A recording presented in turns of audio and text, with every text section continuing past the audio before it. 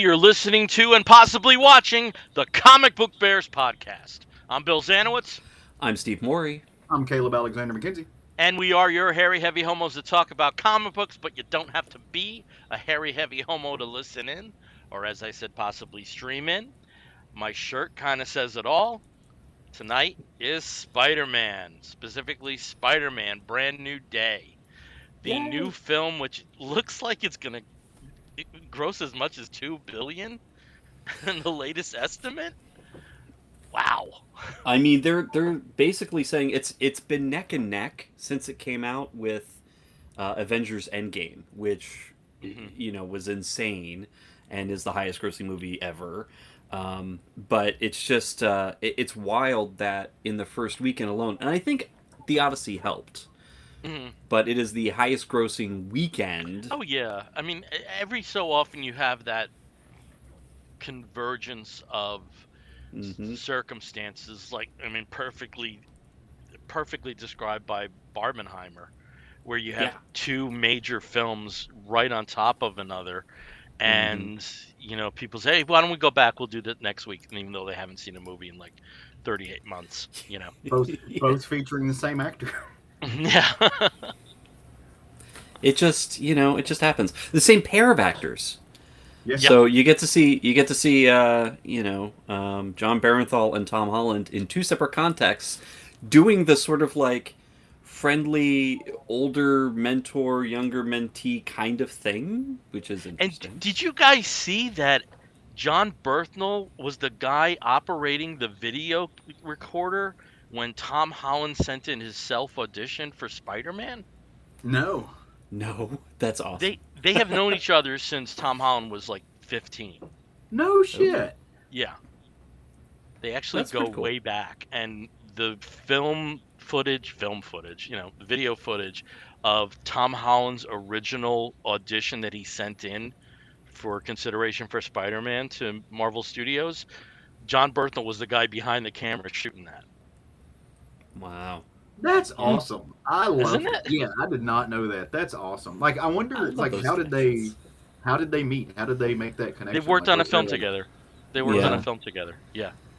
I'm trying to think what film it was. I do know this, that they've been in other movies together before. But yeah, no, that is pretty cool. That is pretty cool. Yeah. So that's not the film we're talking about, but the film we are talking about is Spider-Man Brand New Day, which is the 38th film in the Marvel Cinematic Universe series of films and the 4th MCU Spider-Man film. And it was directed by Destin Daniel Cretton. I keep saying Yes. Daniel first. This is like a very hot director now. And it stars Tom Holland returning as Peter Parker Spider-Man alongside Zendaya as MJ and Jacob Batalon as Ned, and other characters from the MCU come into the picture, you have Florence Pugh as the new Black Widow, Mark Ruffalo again as Hulk. You have the aforementioned Bethnal as the Punisher, and somebody else, which we will talk about as things progress.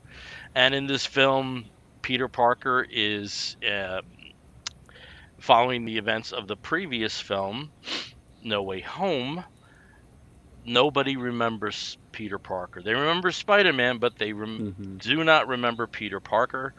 And through this, he's also undergoing a surprising and potentially dangerous evolution involving himself and his powers. And that's where things start off. And now I'm just going to hand this over to Steve because he's so much better at plot than I am. Well, I'll try. Yeah, you do that. You do more than try. You do. I do some stuff. You do a fantastic plot synopsis. You do Like, very that is good your plot secret- synopsis. That's why I hand it off to you. Yeah, that's your secret superpower. Dope. It is my superpower, yay! Well, I'm going to try to... The thing that I want to do right now, and we are going to be... For anybody watching right now, or anybody listening right now, we will be spoiling the shit out of this movie. So if you have not seen it, or if you're like, gee, I wonder who Sadie Sink is playing. If you are thinking that right now, maybe skip ahead about 45 minutes to an hour as after we talk about it. But if you're not scared of spoilers, if you're totally cool with hearing about this because you've seen it and now you just want to hear us talk about it, definitely stick around. So I won't spoil it in the summary, but we will spoil it As immediately we afterwards. progress, yeah. So in this film, this is again, this is the fourth Tom Holland Spider-Man movie. So you've had Homecoming, Far From Home, No Way Home, and Brand New Day. And in this one, it picks up right after, or maybe a couple years after, the situation that happened in No Way Home, where he and Doctor Strange had this basically created this spell that erased him from everybody's mind, including his two best friends. And he made a decision not to tell MJ who he was at the end of that movie. And so at the beginning of this movie, he's essentially watching them from afar. He is, just going on about his regular business, being the friendly neighborhood Spider-Man, a hero to the citizens of New York, and actually doing a really great job maturing as a hero, finding new ways to be a better superhero, and also working really closely with the NYPD. And meanwhile, his two best friends are going off to school. They're at university. They come back from university. So you get a sense that time has now passed. It's been at least 4 years. They're young adults now, out of school. And, poor Peter Parker still realizes that he needs to keep his distance.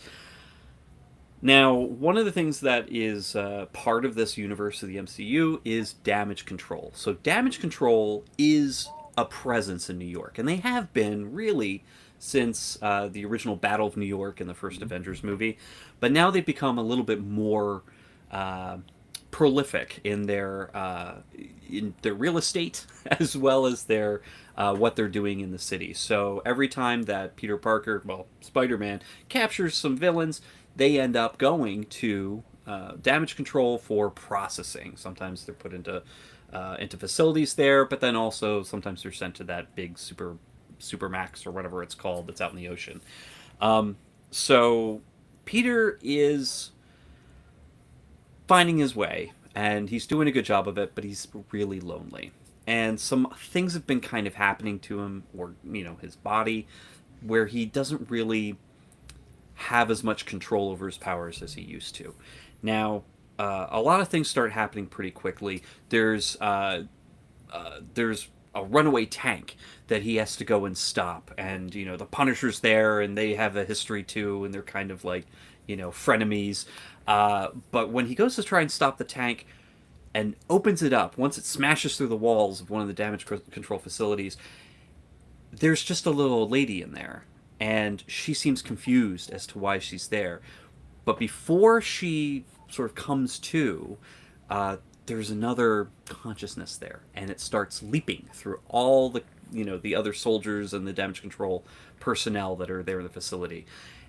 And that's kind of the first inkling of who we might have as a villain, somebody who's controlling people for some purpose, and actually uses that control to capture, I would say, or maybe send Scorpion, one of Spider-Man's old foes, off to an easy facility where he's not going to be locked up for very long.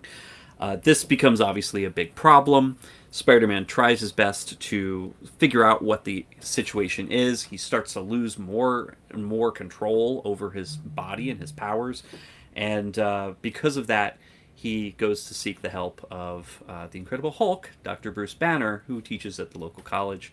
And that puts him on a path of trying to figure out a way to control his powers through technology. A lot of other things happen here. There's a big plot bubble that we're going to talk around. But suffice to say, there are a couple climaxes, maybe a little twist in who the villain is or who the villain eventually ends up being. And then, of course, what happens with his relationship with MJ and Ned now that he's somehow found his way back into their lives, even though they don't remember him. So a lot of great action, a lot of great cameos, and Easter eggs and references to other Marvel characters and villains and all sorts of things. And that's even before the big special guest star is spoiled, who that actually is and who that will eventually become. So, really cool. So, before I say how I felt about this, how about one of you go and talk about what you loved about this movie? I'll jump in first. Bill has that look like he's wanting me to go. So I thoroughly enjoyed myself watching this movie. Right. I want to. I've got some nits to pick, as I think is fair. Right. There's some criticisms of this movie that going in that there are some things. Right. But I want to preface that I had a blast. I think it's a fantastic film. It's super fun. It felt like a Marvel movie, right? Like it very much it had the tone that I think it needed to have that Marvel movies come with. I thought the action was incredibly fun. I really enjoyed the banter right between the characters. I thought that the dialogue in this film was fantastic. I love that we got to see the broad scope, right? Like you said, you get the Hulk, you get Punisher, you get all of these other tie-ins. There's some cool montages of all of these Spider-Man villains that you get to see in there too as they're going through. So it's relating back and it's tying into its source material. It was very much it had moments where I'm like, oh, that's from this comic, or oh, that's from this video game, right? They're pulling all of this together and they're homaging it. I love Tom Holland, right? We were talking as we were coming into this about just some of the stuff that Tom Holland has been in, right? He's a great actor. He also has a great trainer, because God bless Britain or whatever. That man is like Zendaya. Just I'm gonna slow clap for you, baby. Like the man's fine. Like he's hot as hell. But yeah. So overall, I thought it was a really good time, as always. And you know, this was a movie that I didn't go in with a low bar. I didn't go in a high bar. I just like, okay, it's a fun Spider-Man film. I want to see what it is. For me, it's a popcorn movie, right? Like it's a movie I'm going to go see on a Friday with my husband and a friend of ours that we all go watch movies together. I want it to be a good, fun night out. So at the end of the day, as long as the movie doesn't suck, I'm at a baseline win, right? And this certainly did not suck. As we get into it, I'll talk about some of the stuff that kind of pulled me out of it a little bit, or I thought was just unnecessary and kind of pointless. There were some parts in there that I think just had no service to the film altogether, but still think it was a really, really well done action flick, and I'm happy we went and saw it. I'm glad it exists in the world. Yeah. Okay. Real quick, we actually have a comment here from John Runyon. Rumor has it there was a scene of a group of damage control employees hunkered in a panic room watching comic book bears on Facebook Live. Can you confirm? We can neither confirm nor deny. So Sign an NDA. Yeah, we signed an NDA on this one. So, and we seriously had a conversation about NDAs before the show started, which is really funny.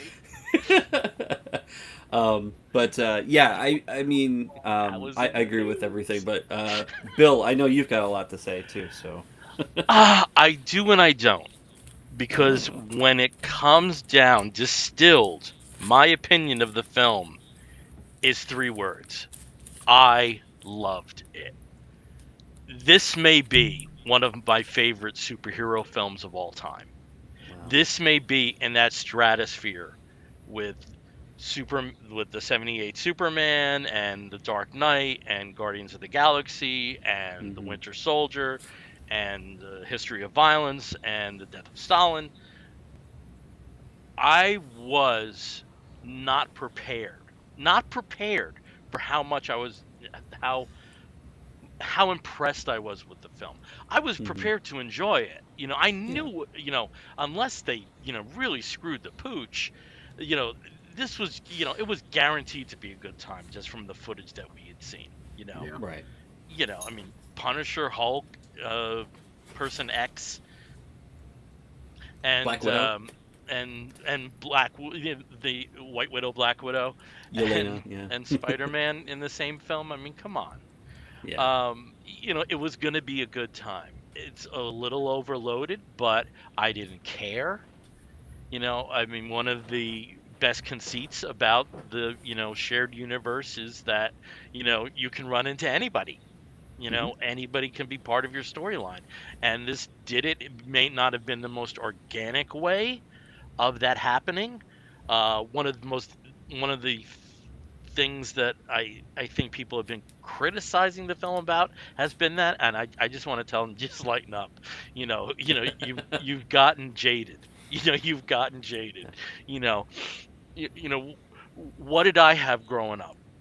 I had nothing.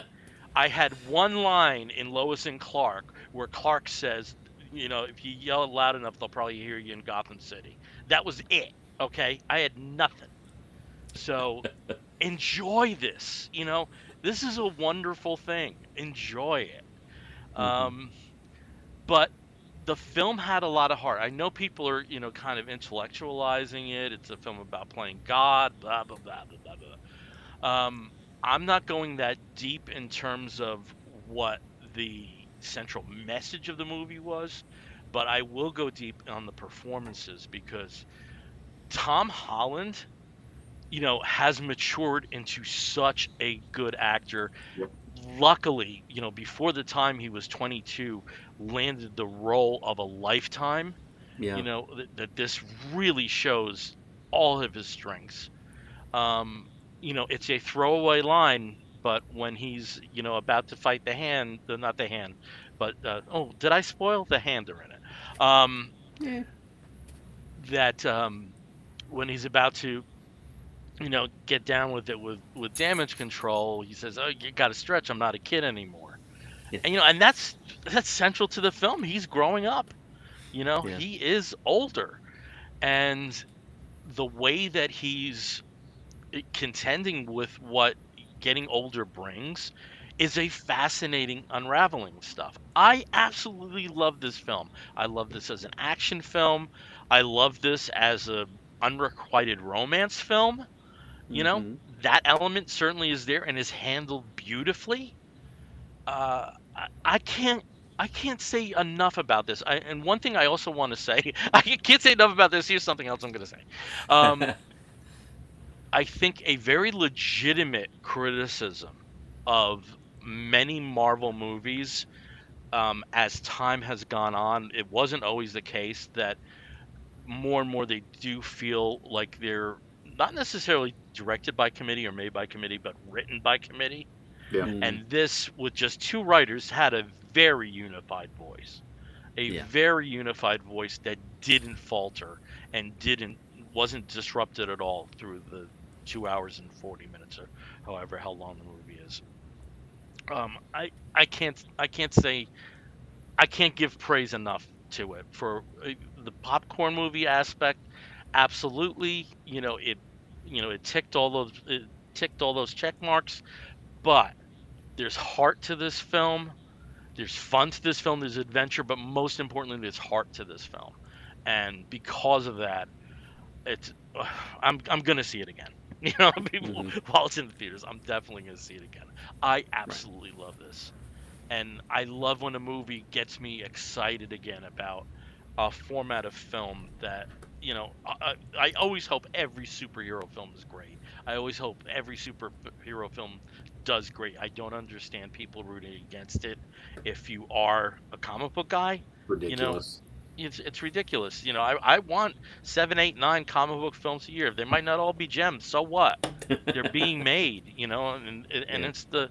it's the promise fulfilled. A comic book and storyboards for a film are very close kissing cousins. And now that we actually have these films, and a climate that still after almost 20 years at this point. Well, I guess if you look at X-Men as the start of it, over 20 years, um, Hmm. you know, just enjoy it. And this is a movie telling you, just enjoy it. Yeah. Loved it. Yeah. And Mr. John himself saying again, a great Bill review. Time to leave those DC books alone and come to the light side. Yeah, no, that's not happening. Yeah. DC, DC, Oh. DC. Look at me, man.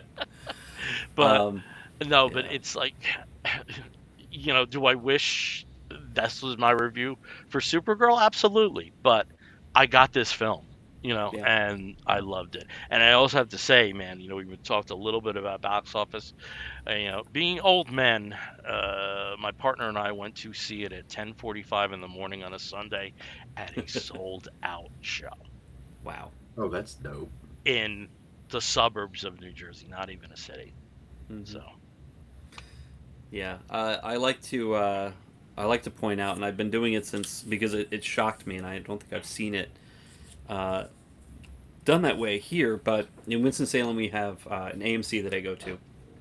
This is not a commercial for AMC, but they have 12 screens, and on Saturday, just for giggles, I was like, oh, let's see how many showings they'll have of Spider-Man.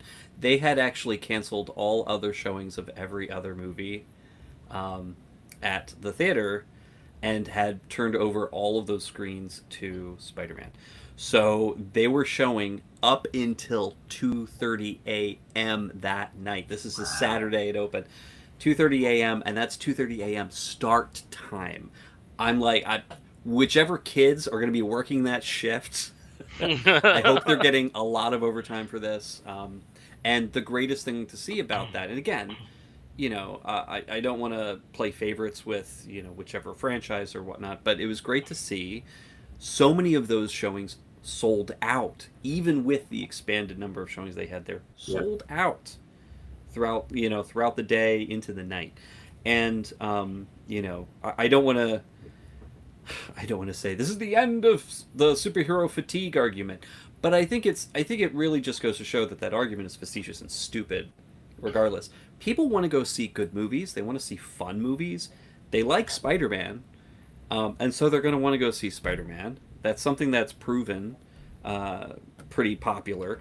But the fact that it continued to be popular outside of like that Thursday preview, Friday opening day, and it's still running strong, and it will be having a great second weekend, Yeah. goes to show that people want to see this movie, and they want to see it multiple times, and they want and like Billy, like you had said, like people who go to see a movie once, twice a year, this will be that movie.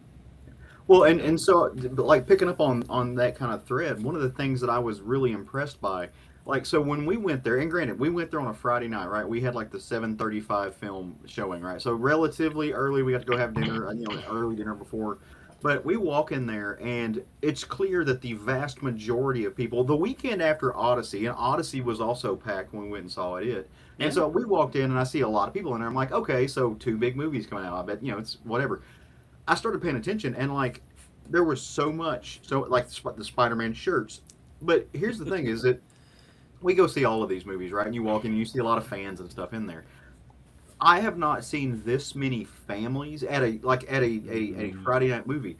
yep. Families, kids, and I know we have this conversation when it relates to comics about kids aren't buying comics and stuff like that, but there were kids in Spider-Man shirts, right? There were kids in Spider-Man cosplays. There were families there that were seeing this. There were a large group of friends of multiple demographics that were going to see this movie, right? And it was clear they were going to see Spider-Man. I have not seen that many groups of people that excited about a film that ranged from very young to very old since Black Panther. Right? mm-hmm. I thought that that was just so cool, and I like that just in and of itself made me very very happy because too, it's also getting people out of the house, getting people to go see a movie, to get out in public, to do things in groups instead of just as we talked about waiting for streaming and things, and treating like going to the movies is an event worth doing, right? And I just thought that was incredibly cool. And then watching the movie, coming back out and being like, you know what?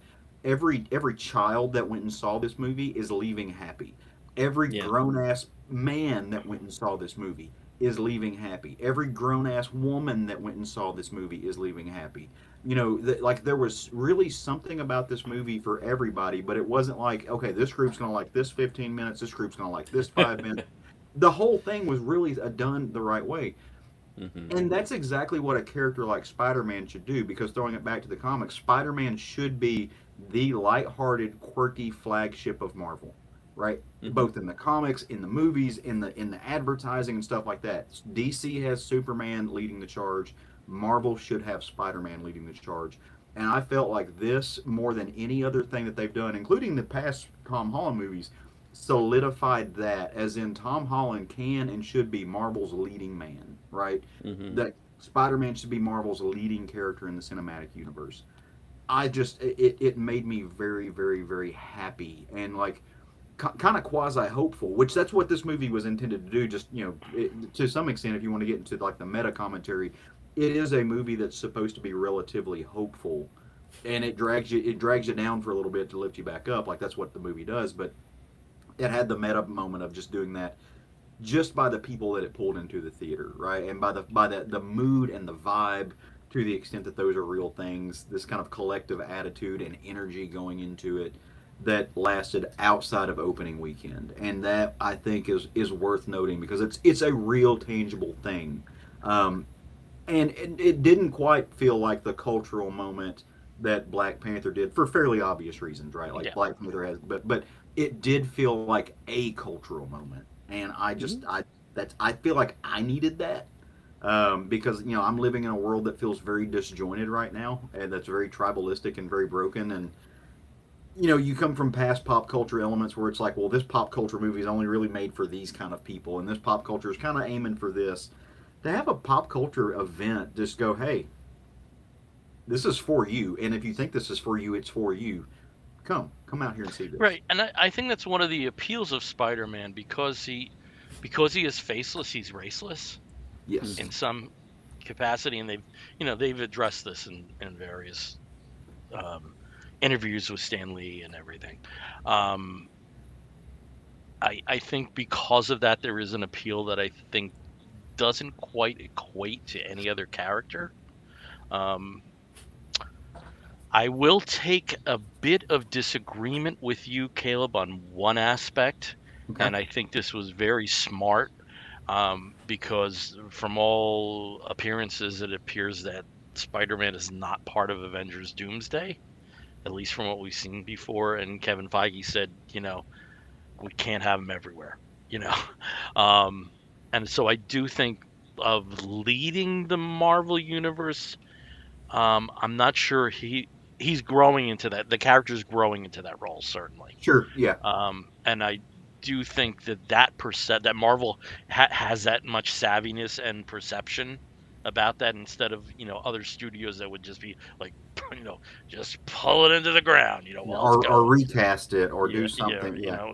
another reboot in 3 years. You're No, not gonna do I that. take your point, and Yeah, I don't disagree with that caveat. But the one thing I would say is, as the new Avengers Doomsday comes out, that to me, and I'm rooting for the movie. I want to enjoy it. Me, I love the Avengers. That's my crew. That's my squad. That being said, all the characters and the actors that are coming back for that movie are coming back because Marvel was like, oh, well, we thought we were done with them and we were going to retire them and move on to the next thing, but the shit we tried didn't work, so we've got to recycle some stuff and bring back Robert Downey Jr., bring back Captain America, bring back all these other characters that had had their moment and what we thought culminated with Endgame, and then we were aimless, and so now we've got to come back to save the franchise. Whether that's what's actually happening, I don't know. I'm not getting yeah. paid. I don't. It doesn't give me that feel, It gives but me that feeling very, I very don't much. have that feeling at all. I mean, it's very well known that Chris Hemsworth absolutely loves playing Thor, and Sure, no, I don't, I would don't, I would don't do it doubt that in they do. orange juice commercials if he had to. So I don't know how much of that, you know, base thinking is really applicable. We'll see though. I could see it and Yeah, say, "Oh, fuck, Caleb's right." They just went for greatest hits. I You mean, know. we don't know how many times Doomsday has been rewritten because we know that that's what they do when a particular film or particular TV series doesn't work as well as they think it should, then movies get rewritten and rewritten and rewritten and rewritten until they are, finalized. I mean, we saw that with Captain America. New World Order was a major example of that. It had been rewritten, I think, 3 times, and then they had completely re-edited it by the time it came out. Because they were seeing or learning lessons, whether they were the right lessons or not. from what didn't work. But anyway, this is not one of those movies. This is a movie that actually worked very well for me from beginning to end. You felt great. I Yeah, it was cohesive. It was an idea that made sense, and that made sense for these characters at this time. You have a Spider-Man who's been operating on his own for 4+ years and has been successful. He's built a brand in this universe. He's built a brand where everybody in New York loves him, and he's got that kind of emotional support for Spider-Man. Peter Parker doesn't have that. He's lost his anchor. His aunt has passed away. He doesn't have his friends anymore. The only person that he has a friendship with is the Punisher, and they basically just rip each other apart with snappy banter the whole time. And he's never shown his face to Frank. So Frank, and that's also very much his relationship with Jean DeWolf too. Yeah, exactly. It's a voice. It's not really. It's a voice in the other end of the phone, yeah. or a voice behind a mask. From his perspective. So it's and just for people who aren't aware, Jean DeWolf, based on a comic book character, is the New York detective who has a very close relationship with Spider-Man. Can't say Peter, and again, pop culture connectivity. Who's played by an actress who played one of the sous chefs in The Bear. Which also, was very close to the John Bernthal's character in The Bear. So I thought that was cool, kind of connective tissue as well. Like they knew each other from that set. So I mean, all we need to do is get Adam, who also was in The Bear, to play that. And it just The Bear is actually just what they do with their off time. That's going to be fun. Well, I have to say that maybe John Bernthal has become the new Kevin Bacon. Yeah, that's he really has been in like everything with everybody. So yeah, but yeah, I thought this was great. I really loved it. I loved the up until, and here we're getting to the spoilers. Up until they revealed that Sadie Sink was Jean Grey, and they did it through they did a DNA face grab, whatever kind of investigative blah blah blah. They reveal that she's Jean Grey, and that she is trying to rescue her sister, who's been captured by Damage Control. And that's why she's been doing all these things. At that moment, I was like, up until that moment, I was like, she can't be Jean Grey. She can't be Jean Grey. She can't be Jean Grey. I was hoping for something else. Obviously, she was no longer Firestar, because that was my hope. My wish was that she'd be Firestar, and then somehow we'd meet Bobby, and then we'd have the super, Spidey and his amazing friends all together. But his new roommates, yeah. His new roommates. It's like, you know what? You can't live alone anymore. We're gonna go. And I'm going to college. Together. I'm going to Empire State University. We're gonna get a cool apartment together. Yeah, but it just. And when they revealed that, I was not disappointed. I was not angry. I was like, okay, let's see where this is going. And of course, kind of having her play as the villain is, and this is where I have a problem with villain. I'm fine with antagonist. I do have a problem with villain because if I were in her shoes, I probably would do a similar version of what she did. Well, absolutely, but we don't know her motivation just yet. The X-Men are a terrorist organization. They are. I thought that part was great. And to Bill's point, the antagonist, right? She's not supposed to be perceived by the general public as the good guy. The X-Men are widely regarded as terrorists by the average person in the Marvel universe, right? Well, we haven't seen them yet. Well, true, right? But I mean, if you go back to the comics, right? There's no mutants. If you go back to the origins. But also, of that. She's a teenager. Yeah. Teenagers make wrong choices all the time that they think are right choices. Or right Absolutely. Choices. Or right choices, but that go off and spiral into wrong choices. Yeah. And I love that aspect of it. I have to say something about Jean Grey. Okay. She gives me a headache. She's always a pain in the ass. There's always drama with her. There's never a drama-free moment with her. Oh, yeah. I love that people love her. I get it. She's an analog for various things that folks have to contend with. I also find it very interesting that of all the Marvel, just not X-Men, but all Marvel characters, people have very specific thoughts and preferences of how she should be portrayed, whether it's in this or in comics. Because not every writer has written her the same way. Let's face it. No, I haven't. But I, God bless y'all, but she gives me a headache. She gives me a headache. It's always drama with her. It's She's it's not my Well, favorite character by far. I mean, it's there's always drama. But you know what? Me saying that, you can't have Jean Grey without drama. not You know, true. Well, it's intrinsic to her. So and in this because again, she's being introduced for the first time in a cinematic universe that has fought tooth and nail for the past 20 years to pretend that mutants don't exist. Because of rights issues mostly until 2019, and even then they couldn't figure out a way to integrate it very well. But the fact that she exists now in this universe is basically a step to right that ship and to Yep. to yeah, to put it's and it's mutants where they belong. obviously the post boulder over Secret the hill. Wars, it's the plan. Yes. Yeah, this is I mean their Secret Wars is the reboot, if you will. That's the movie that's going to like reorganize, the Marvel Cinematic Universe. Yeah, but for Um whatever said about yeah. Jean Grey the character, I thought this movie did her right. Yeah. I thought this movie absolutely did her right. It shows how powerful she is. It Mhm. shows how dangerous she is. I mentioned the teenager thing. Plus, she's also looking for family at this point. yeah. That's ideal for what's ahead. Yeah. So Well, and, I and I it's am all on board for how they depicted Jean in this situation. absolutely, and I think by putting her in by presenting her character in this way, where she's essentially been kicked out. She and her sister were kicked out of her home, so she has no real support group, and then also her sister being taken from her means that she doesn't have any rudder. She and Peter are, of course, they're being presented as very similar. Peter has no support group. He has nothing except for what Spider-Man has, and Jean Grey has nothing.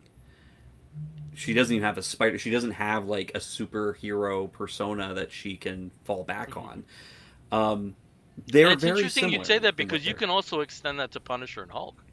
Yeah. Yeah, I yeah. think that was. Punisher I Hulk. thought that that quadruplet of characters that they Yeah. picked, who have a very similar kind of emotional arc Mm-hmm. Mhm. in connection to people, was very purposefully done. Yeah. Yeah, that at some Maybe, point isolation is core to the character. Yeah. yeah, Yeah. maybe and we'll get into this later, but like with the Hulk and Bruce Banner being in there, that's a little bit of a different Mm. uh, situation. But I thought it was. I appreciated that he was there. Yeah. Well, and the fact that they shook it up because for the past several years, the Hulk has been a controlled character. Yeah, It's been integrated into Banner. He's Smart Hulk, whatever, and controlled. But in this film, he's back to being a loose cannon, back to being the Hulk that is transformed by anger and frustration and fear and all those things that he really hasn't had since Thor Ragnarok, basically. yeah. So, yeah, I mean, this is really an interesting Well, and development for so him. so can we dive into that for a second? And I Sure. can actually get into some of the things that I thought was like it's really funny because the things that I loved about this movie, like the thing I loved the most, is really kind of very close in proximity to the thing that I disliked the most about this movie. Yeah. And it really centers into what we're talking about. So one of the conceits and one of the reasons that they had Bruce Banner the character in there is that Bruce Banner has developed a device, right? Bruce Banner's a genius, and he's developed a device that helps him. As long as he's wearing it, it kind of modifies his DNA, it suppresses the gamma, and it keeps him from hulking out. Hmm. One of the things that I thought that I love that they did, they really dive into the fact that, hey, remember Peter Parker is an actual genius as well, right? Like, yes, he's a lovable goofball, but he's incredibly smart. And so he actually, using a fake name, like sneaks in and listens to a lecture, goes and talks to Bruce. And again, you have to remember that people don't remember who he is. So he's able to wear his Pete face, go talk to him, and kind of start asking him some questions about how that works. And he's saying, well, hey, could you use this just to suppress anything, right? Anything and everything, because Hmm. Pete's body, there's some type of genetic molecular mutation going on, which there's homages back to that in the comics. Some of, in my opinion, I hated that arc of Spider-Man comics where he's like, the six-armed spider. I couldn't stand it. Um, I It's like did. I two just issues. like what It's like two I issues. disliked it immensely. Okay. But so his body's doing that. So he's like, hey, I'm trying to develop a way that maybe I can do that, which he doesn't disclose that. Um, and then Bruce is like, well, you need to be very careful because, this could be used in the wrong way. And so essentially, long story Hmm. short, is what you realize that, and this is after we know Jean Grey exists, so little light bulbs firing off that, hey, Pete might be developing the suppression collar, right? Yeah. That are used against mutants and stuff. And long story short, he does that, right? And so Hmm. like he develops it to help him control what it is. I thought that was a fantastic plot line in this, right? Because you remind yourself, remind your audience that Peter is extremely intelligent at a level with Bruce Banner, where he's talking about doing stuff that everything, the ethics of all of this that's involved, and I think that's a great reason to have Banner in there. That also could have just been the reason to have Banner in there, and you could have just had that working and happening without having Pete Parker go in through all these genetic weird mutations to where he doesn't really like his body's changing and now he's shooting actual webs out of his body like the one version of Spider-Man.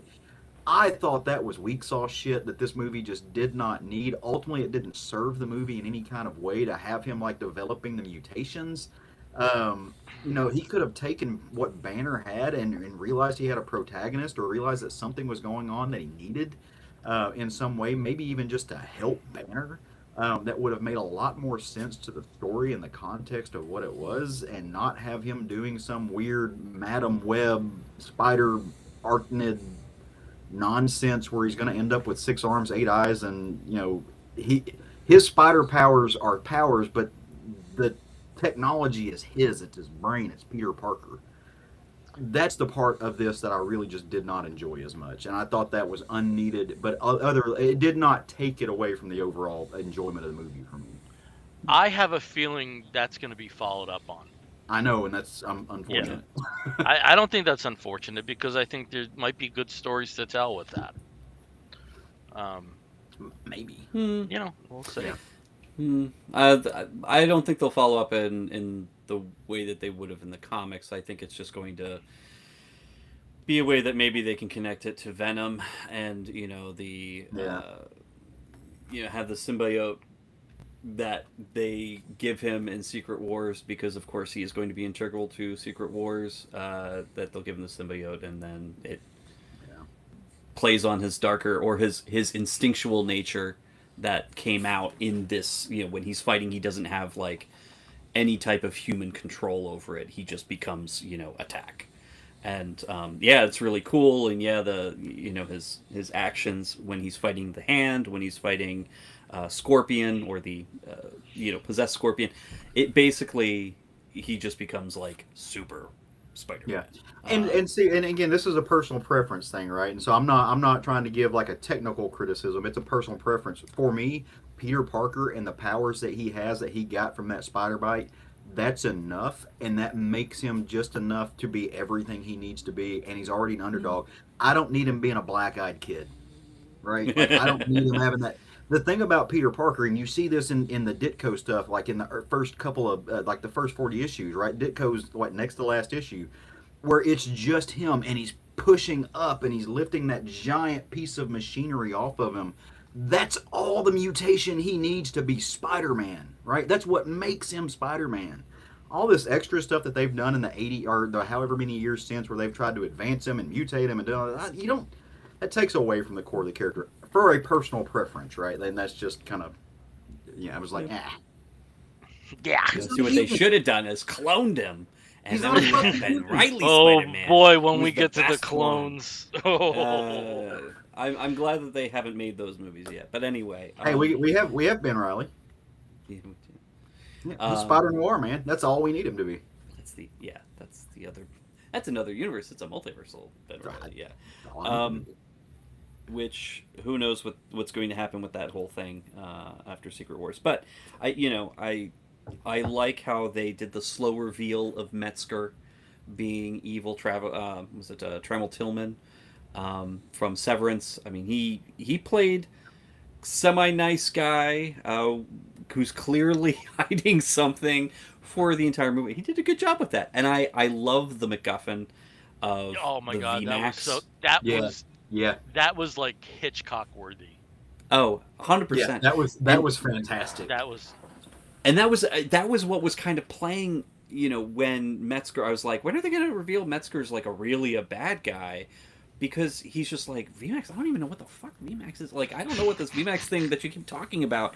And you're just kind of, you're just waiting for that reveal. He's like, VMAX? Oh, you mean my secret special cyborg whatever that I've ripped brains out of people and blah, blah, blah. Like, no, it's nothing like that. It is something so banal that it hurts when it's revealed. Like, it's sad.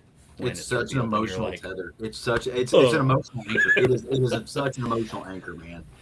Yeah, excellent stuff.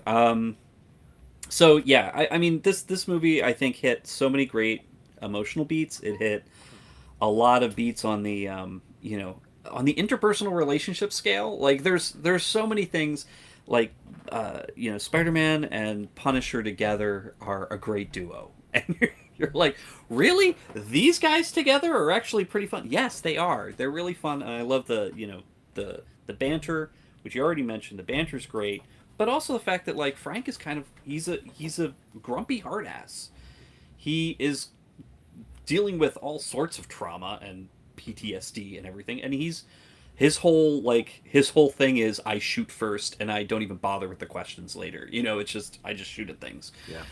And here's like some goofy kid, some sarcastic kid who keeps calling him on that, and but at the same time, he gets to call Peter on his bullshit too because he's got plenty of it. Trying to hide who he is, not just to Frank but also to MJ, who, why is this girl special to you? Well, I don't know. She's just some person I found and I saved her. Yep. Like, now everybody can see through it, and I just love that. I love that relationship with the two. I love the fact that Ned and MJ had their beats. Also, I mean, my God, one thing that I don't think people can criticize Amazing Spider-Man and Amazing Spider-Man 2 for is the chemistry between the two leads. You got that here too. You just can't buy that. Oh yeah, man. It's just beautiful. I mean, it kind of helps that they're like now married. But they were dating through this film. You just can't buy that, Steve. You can't. Was the implication. Jesus Christ. But yeah, it's just really fantastic. Well, but it's also a very New York feeling film. Mm-hmm. Yeah, somebody. I New York was a really character. Nice New York stuff. Yeah. Well, yeah, but it was funny enough. Like somebody, and it may have been Bill. It may have been you, but I saw somebody post online that this feels like the most New York of any of the Spider-Man movies, which is hilarious because it was mostly filmed in Glasgow, Scotland. Like it's mostly just Scottish buildings, but it feels very much New York. It's very New York. But I wanted to just say one thing. You're talking about obviously the chemistry between Zendaya and her husband, but I don't know that there were any like interpersonal relationships in here that did not have good chemistry. Like Ned and Pete feel like they are best friends that should be together. Like Pete, the Punisher and Spider-Man, like those two characters, they felt like it. Mm-hmm. The chemistry, and maybe the connective tissue between all of these is obviously, it's Peter Parker, it's Spider-Man, it's that actor who's playing that, right? Like, and Tom Holland is maybe it's just him, but he really feels like he has a good personal connection and that great chemistry with every single person in this film, Mhm. including one of the people who I think is most important to this movie, but who has probably the least screen time, which is Aunt May. Mhm. Yeah.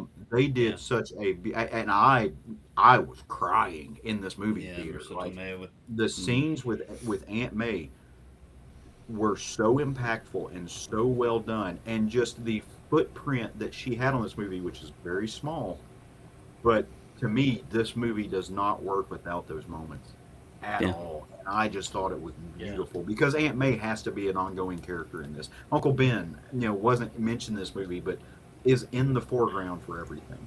So Yeah, and I have to say, like the two times I got a little teary eyed were the second time we saw May yeah, Hmm. with that Yeah. situation, and then something I don't want to spoil, but when one particular character says Peter, yep, oh, I Yeah. was leveled, yep, Oh yeah. leveled, yep. leveled, Yeah. leveled. I'm So glad I it came when it came. absolutely. I'm going to say the one I disappointing oh, thing. I mean, there were like we could talk about thinking like about little it. things like, oh, this wasn't exactly like the comics, or like, I wish they Yeah, had and done that also like instead. people like before you do that, maybe get up to speed with stuff. Like, Hmm. oh, they obviously have never read comics with the way damage control was portrayed. Do you know the heel turn that damage control has, taken in the last few years? Read, people, Yeah. read. Also, do you Well, know that damage control has Read. never actually been super important to the Marvel universe in the comics? Like I love damage control. I've got all three miniseries in boxes oh, upstairs. They're and not they're all exactly ridiculous. fucking Hydra here. Like calm the fuck Yeah. down. This is Um, the one thing I do have to say, so the one thing that disappointed me, that is not major and is not going to impact anything or anything anywhere anytime, is Yelena.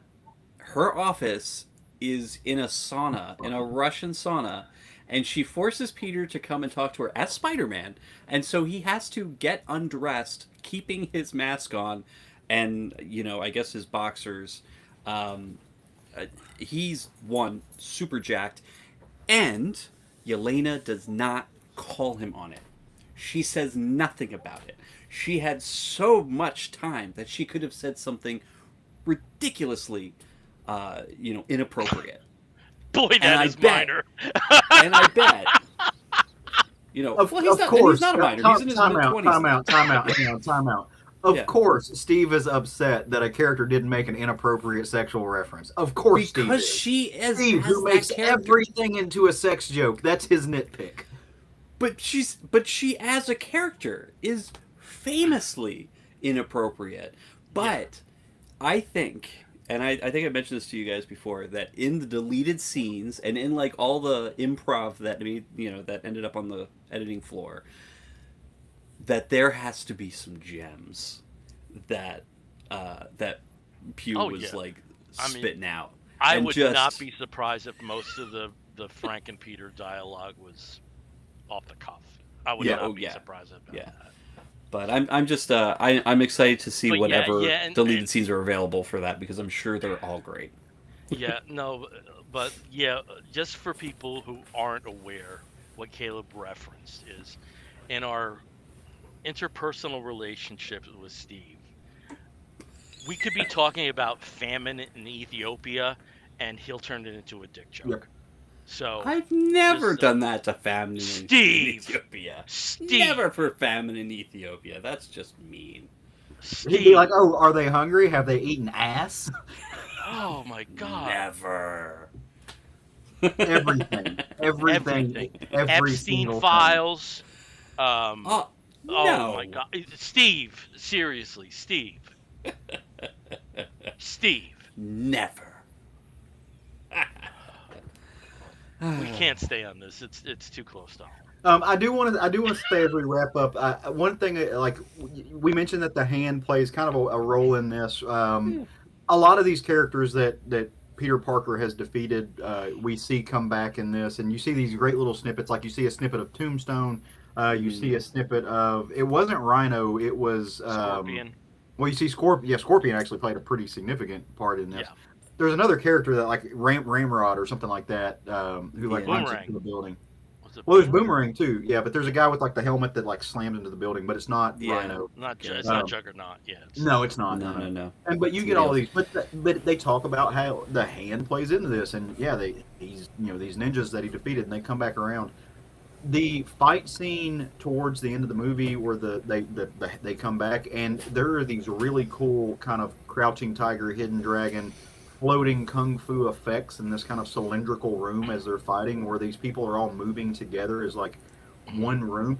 That is to like probably, and I want to see the film again, but that might be my second favorite choreographed fight scene in the Marvel MCU universe as a whole, second only to the Daredevil fight Oh hallway. yeah, the old boy the hallway fight, yeah. fight from Daredevil is Yeah. untouchable fight The still. characters that we did not mention that we should have, Ramrod Right, yeah. and Tarantula. Yeah. There's Tarantula. That's some what I was- tarantula yeah. moments, and like basically like just reenacting covers, you Yeah. know, The which is so Tombstone one, nice. especially. The Tombstone one is so. Tombstone is- was The good. Tombstone was like Yeah. you have an amazing fantasy number 15 moment in there. Yeah. There's Well, some that's stuff. and the fact that you see these little flashes, it helps to kind of understand how much time has passed here. That Spider-Man's been saving New York time and time and time again, just going through putting all these villains in his rogues gallery away, and it's just cool. It's cool to see all that. Steve, I don't know if you saw that one of the deleted scenes was Rosario Dawson as night nurse in the hospital. Yeah, I heard Rosario Dawson was at one point in it, but yeah, her part had been cut from the film. So if you see it in the theater, you're not going to see her. But here's hoping that there will be, we'll be able to see those deleted scenes much later. Did you all have a favorite kind of tertiary character from this film? For me, it was DeWolf. Yeah, The DeWolf. I was going to say the same thing. It was Yeah, DeWolf. DeWolf stole the scene. She's the human anchor to it Yeah. all. Yeah, Yeah. she was good. She was good. So, but yeah. I love that actress. I'm glad to see that actress getting Yeah. more roles and stuff. Because the And first al- one, yeah, And also one of the actor that played her son is a trans actor. did not know that. Awesome. Okay. That's cool. I found that out today. But yeah, love that. Just bouquets all around. Bouquets, That's the way I bouquets. was. I Champagne absolutely- for everyone. I can't tell you how much I love this movie. I loved it. Yep. I So much fun. loved every moment of it. I like- guess I'll see it a I second do- time and That's- figure I out the part strongly that liked wasn't it. as crazy about it. I loved it. I love it enough for the three of us. Good. Okay, Good. I loved I it. I like seeing Gene on the bus on what is that? Is that the Yonkers Expressway? What 15? It's the Merritt Parkway and Merritt Parkway up to up to Connecticut, but that's on the way to Greenwich. So Yeah. just it was neat. To yeah, see. and honestly, I really thought we were gonna see Xavier Mansion in Yeah, the Westchester School. yeah. I really thought that's what we were gonna see. So, the day that we're recording this on Thursday, August the 6th. I do want to note, like, actually a few hours ago before we started recording this, like, it was officially released, and this is going to come back into play later. But apparently, and again, I'm trusting the internet, but Kit Connor has been cast as Cyclops, famously for me from Heartstopper, but also he's been in a few other things. But plays and just generally and doing great and being cute and whatnot. But yeah, so Kit Connor has which also been follows cast. last week's announcement about Charles Melton as Beast. Yeah, and also they've cast Frost. Emma Frost. Yeah. Yeah. But now both Samara my Weaving. Heartstopper boys are in the MCU because Joe Locke is also playing Wiccan, or played Wiccan. I don't know if we'll ever see him again, but I hope so. They've kind of put Scarlet Witch a little bit, away a bit. Yeah. She's And tired. fuck, no, she's Tired. not. She's Fuck tired. Tom Taking Cruise. she's She taking needs a a snooze. rest, Sonny. She's tired. She made a whole town do whatever she That's wanted. the for a other long thing. time. Like Wanda's like kind of shaking hands with Jean for the drama, And Yeah. like, let's face it, if you were a superhero and you invited those two characters to a wedding, you kind of hope they No, weren't coming. You would absolutely kind of not. get that like RSVP would not come through. Yeah, no, no. You Well, know? you don't want either one of those people at your wedding at all. But I love Yeah. her. I want to be. I would be. I mean, that's my girl. Like Wanda's my. Like I would be her GBF in the Marvel Yeah. world. Yeah. I would work at her shop and guard the red door with my whole But life. Jesus Christ. But the bitch has got some shit. Girl! She needs to calm down. She doing too much. She Yes. doing too much. She doing too much. Always. Both Wanda and both Wanda and Jean, at some point somebody said, "Bitch, I don't know your life." You know? Can Yeah, you say calm that to down? either one of them, and all of a sudden their eyes go like red or black or white. Wanda taking over towns. Jean hopscotching through people's brains, just putting them in Yeah. cars and driving tanks You and know, shit. Just just no boundaries. Just leave no it boundaries. alone. It'll end up no mutants or broccoli people go extinct. Just leave it alone. Leave it alone, folks. I Oh, love her so much. boy. yeah. Mm. All right. Well, when we do a movie-based episode of the Comic Book Bears, we've done something for God, I think 7 years at this point, that we, being a comic book-based podcast, make recommendations for people who have seen the film that involve the characters that we think you may enjoy for one reason or another. Steve, you had the plot. Let's give you first. Oh, What do you sure. have there? So about I had to look up the date on this. Over 10 years ago now, so about 12, 11 years. Before the Krakoa era of the X-Men, there was a time where Wolverine was killed. He was coated in adamantium and died.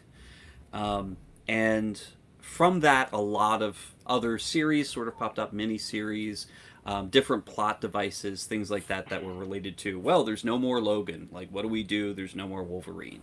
So you had great comic series like All New Wolverine, with X23 as the new Wolverine. I love that series. It was wonderful. But there was also one, it was a nice small 6-issue mini called Spider-Man and the X-Men. And this one I absolutely loved. It's, again, like I said, just 6 issues. And the basis of the plot was that Wolverine had left Spider-Man some instructions, as well as Storm instructions, to have him come in as a teacher and find out where there's a mole in the class of young X-Men, the young mutants that were there at the school. There's some kind of situation that's happening that Logan had just kind of sniffed out before he was snuffed out. And so Peter Parker shows up as Spider-Man, refuses, of course, and has always refused to reveal his identity to the rest of the X-Men for whatever reason. But he's, in comics, in Marvel Comics, he has teamed up with the X-Men or popped by with the X-Men since, I think since the mid-'60s. I think one of the first crossovers with Spider-Man was, was it like issue 30 or something of the X-Men? Something like that. I think it's so he's 20. been... I think it's It might have been even the 20, X-Men 24. book, yeah. Yeah. But yeah, so he's been in the X-Men orbit for a very long time and vice versa. But it's always just kind of like, I don't want your drama. Like, you X-Men have some crazy shit going on. I've got my own stuff. I just don't want to be part of that. And there's always like some suspicion because Peter never reveals who he is. And so of course he goes to the school, to the Jean Grey, gifted school for mutants or school for the gifted, to teach the class that's called Special Class, because they're a group of the young mutants that tend to be a little bit different than the other mutants at school. You have Eye-Boy, you have Glob, I love Glob. Glob is great. Glob is Glob is fantastic. great. Glob is good. I love that character. We have Hellion, who had just been, a major character and a major sort of like leader of X-Men teams for a while. But you also have No Girl, who's just a floating brain who can't talk except mentally, and Ernst, who is this little girl that looks like a little old lady, who's also immensely super strong, but is never shown actually using her powers, just the results of her using her powers, which I think is a great running gag. And Shark Girl, just a bunch of people, Avalanche. So he shows up, and he's the non-mutant trying to teach these mutant kids who don't want any of his, any of his advice, any of his lessons. They're like, "Why should we listen to you? You're a flat scan." And through this story, not only does he win the kids over through a series of crazy situations that happen every issue. The first issue, they get kidnapped by Sauron and Stegron, who are the dinosaur villains of the Marvel Universe that have taken over Staten Island and are turning humans into dinosaurs. They get kidnapped there, and then they get kidnapped by Mojo and taken to the Mojoverse. And then they get attacked by the Brood, who have been taken over by symbiotes and have destroyed or have taken over the Sword headquarters floating above Earth. All sorts of crazy stuff happens in just the first 4 issues. First 5 issues, really, and it's a 6-issue series.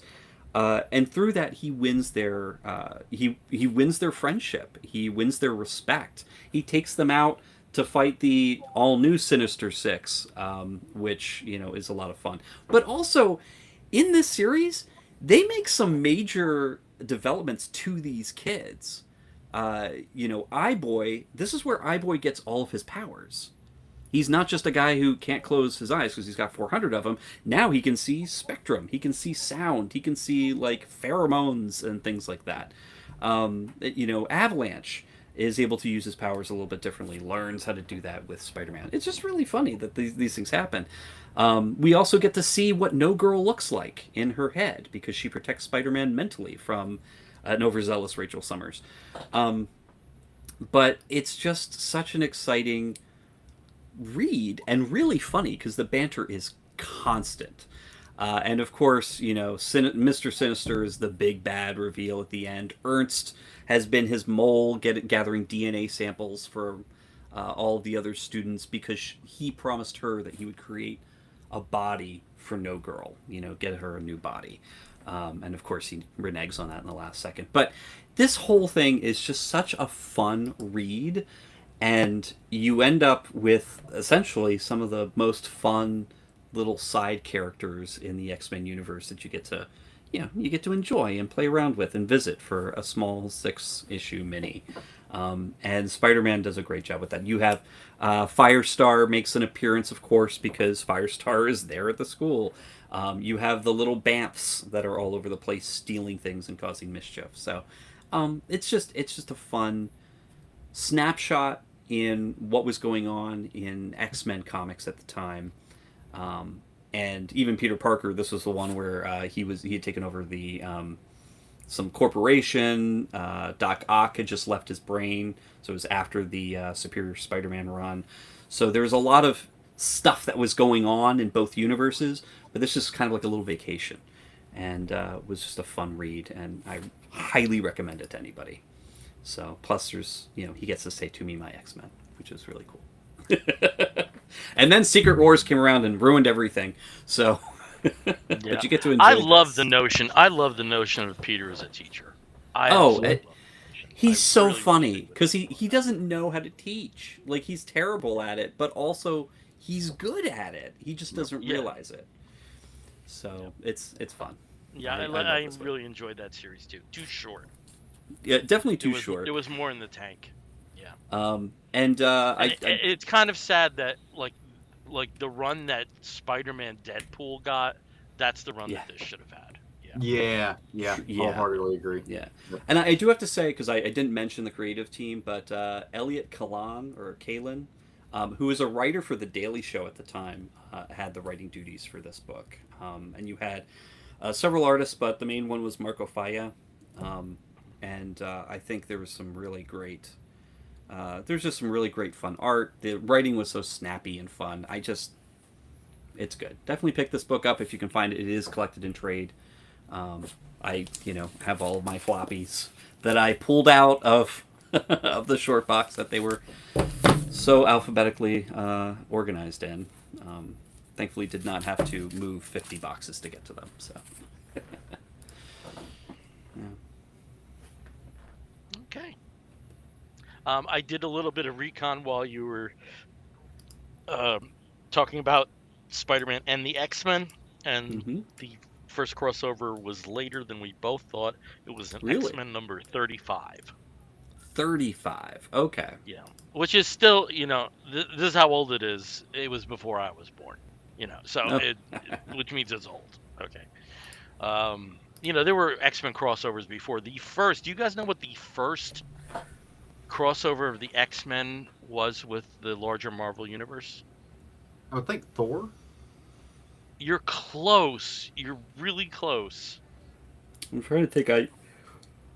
It's been a while since I've read the old issues, but Yeah, it was Doctor a it Strange. Tales took a of few Suspense issues for them to issues show with up. Iron Man and the Angel. Oh, okay, yeah. Yeah, that was the first crossover. Yeah. I was yeah. Interesting. Mhm. Hmm.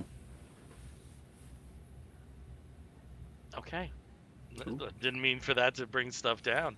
Just killed Caleb, them. why don't you take it off with your recommendation? Yeah, so the movie that we just watched is called Spider-Man: Brand New Day. So why not take it back to the source material, at least for the title, and talk about Spider-Man: Brand New Day. So I'm going to take us back to 1999, right? And this is issue 546 of legacy numbering or whatever for Spider-Man, right?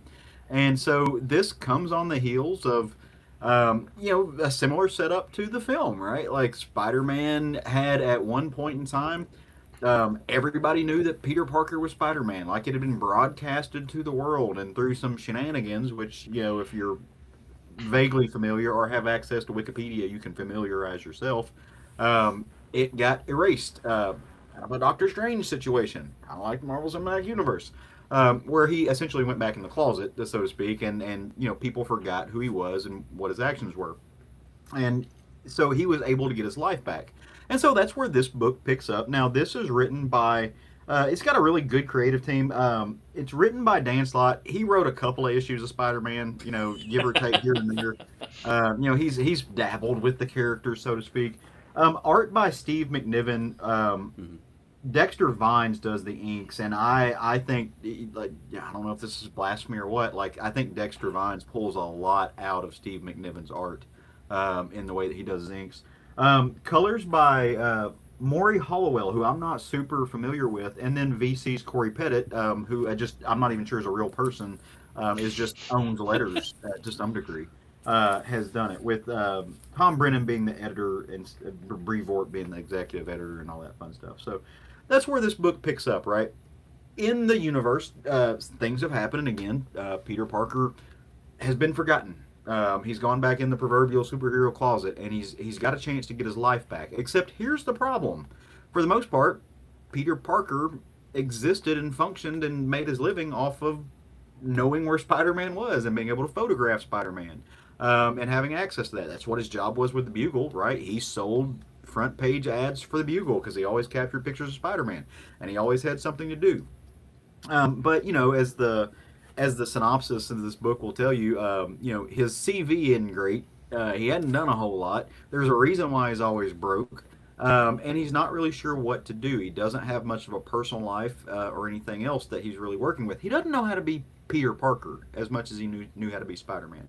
So he's trying to figure out what that life is. This is also going on after Civil War, or like at the crux of Civil War or something. I'd have to go look at the timeline to figure it out. But essentially, they have passed the Accords and the comics version of those, and you have to be licensed to be a superhero. He didn't want that, right? There are licensed superheroes who are doing things. So if he's going to do any kind of crime fighting as Spider-Man, it's actually a crime. He's a vigilante, and so he's decided I'm going to hang all that up, right? But I can't make money because I can't take pictures and sell them to the Bugle because I'm not Spider-Man, because Spider-Man's not doing anything, and I don't know what I'm going to do with my life.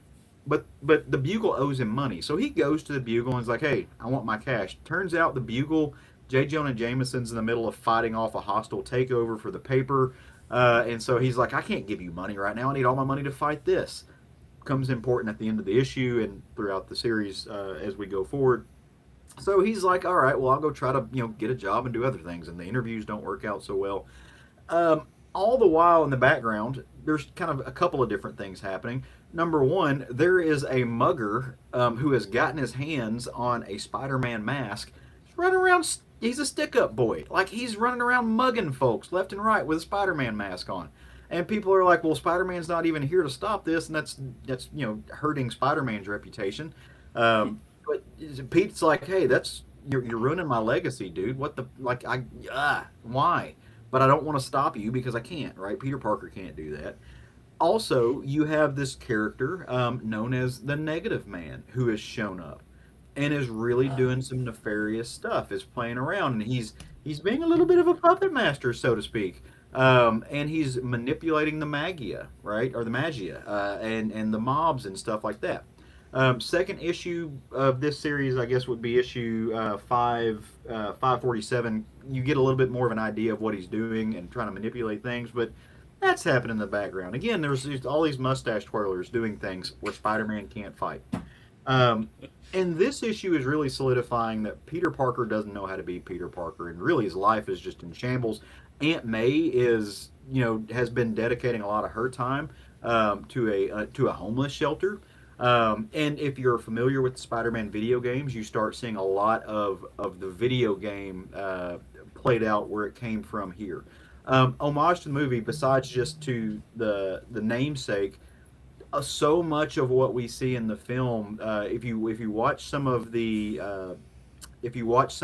fighters and the technology that was developed by Damage Control in the movie we just talked about, all of these like electronic battle staffs and stuff like that, they stem from Mr. Negative and the development of that he's came up in this comic, and that's also where they get where Mr. Negative was a character in some of the video games. So there's they pulled from a lot of this, and I thought it was just really cool. This run went on, I think, depending on who you ask, there's some folks who thought that this kind of version of Spider-Man went on for a little bit too long. It's not people's favorite. There's some people who really love this, but I think they're the minority. It's not people's favorite era of Spider-Man. They really wanted this over faster than it was, and to get back to the normal Spider-Man Peter Parker homage, because it really did affect the character. They're very important character relationships in this in his life. So I'm not the biggest Spider-Man comics aficionado. I like the character when he shows up in the books that I like.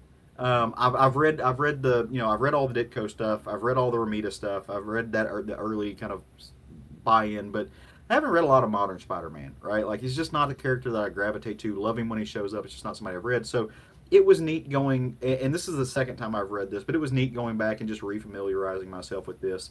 At the end of the issue, as he's going back and talking to J. Jonah Jameson trying to get his money, really decides he's going to put his foot down and say, "No, you owe me this." J. Jonah Jameson has a heart attack, and Pete has to save J. Jonah Jameson, which is going to carry on through the issue and stuff like that. Dan Slott's a great writer. Even if you don't like this, there's still a lot of fun stuff to read. It's worth going back and checking out, if nothing else but for the namesake, and you'll see a lot of this plot seeds from the film that we just talked about planted here. So, worth going back to doing. The comics app that I use actually has this where you can read it now for free. That is, I forget what app I use, but it's a subscription service. Global Comics. You can actually read this entire series or this run on it for free right now if you have the gold membership and the $10 a month subscription. Go check it out. Yeah, this era of Spider-Man was problematic for me because it was following the JMS era, which I loved. I know Married Peter is not everybody's favorite, but I thought he basically took a complication and made it something that really worked. Yeah. I love that period. Brand New Day was weird because the book went 3 times a month. Yeah. And then they had a new Web of Spider-Man comic, so you were effectively getting Spider-Man every week, and it was rotating writers, and it was Dan Slott, it was Bob Gale, Zeb Wells, Mark Waid, Mark Guggenheim, La Bamba. Apart Ooh. from the Filomena's art, La Bamba. And it felt so uneven, and it was obvious that Slott was the writer. It was obvious that Slott was the writer. And then he took, he had that character for, he's written more Spider-Man comics than anybody, I Yep. think, right? I I think would, I would like assume even so. more Yeah, than Bendis with Ultimate. Yeah, I think he has. I think so. Yeah. So there's that. It was an uneven era that moved on to an exciting but uneven era, because Uh, the ups and downs with Superior and everything. There's good stuff sprinkled in there throughout.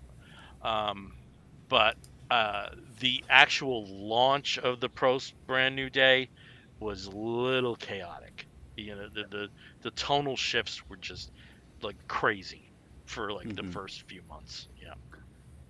I do, and it's personal to me for my personal life. But if you needed more reason to love Aunt May and the work she does at Feast, which is the homeless shelter, and the parts that they write in here where she's a person after my own heart, which is like, no, we're going to do what we need to do to help these people, and we're not going to put up hurdles to them getting the assistance and stuff like that. I'm just like, Aunt May, fuck yeah, like, like I love you, Aunt May.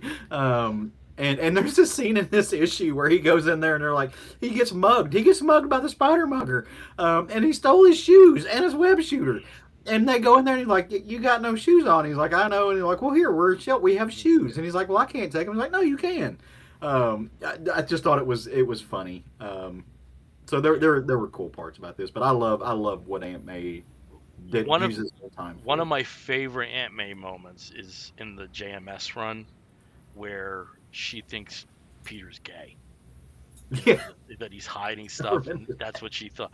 And I really liked, like just how delicately she was, moving into that conversation, because then he left the costume out. It was just something as simple as that. He left the costume out, and that's how she found out.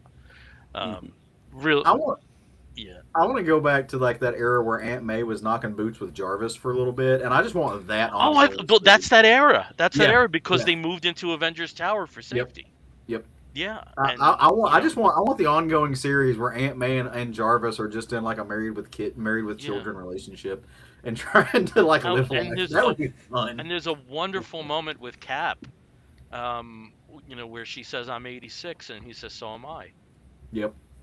This is really I love that era. And um, you know, whatever you think of Civil War, there's nothing better than Peter revealing that he's Spider-Man. And the next panel is J. Jonah Jameson fainted. I mean, you gotta love that stuff. Love it.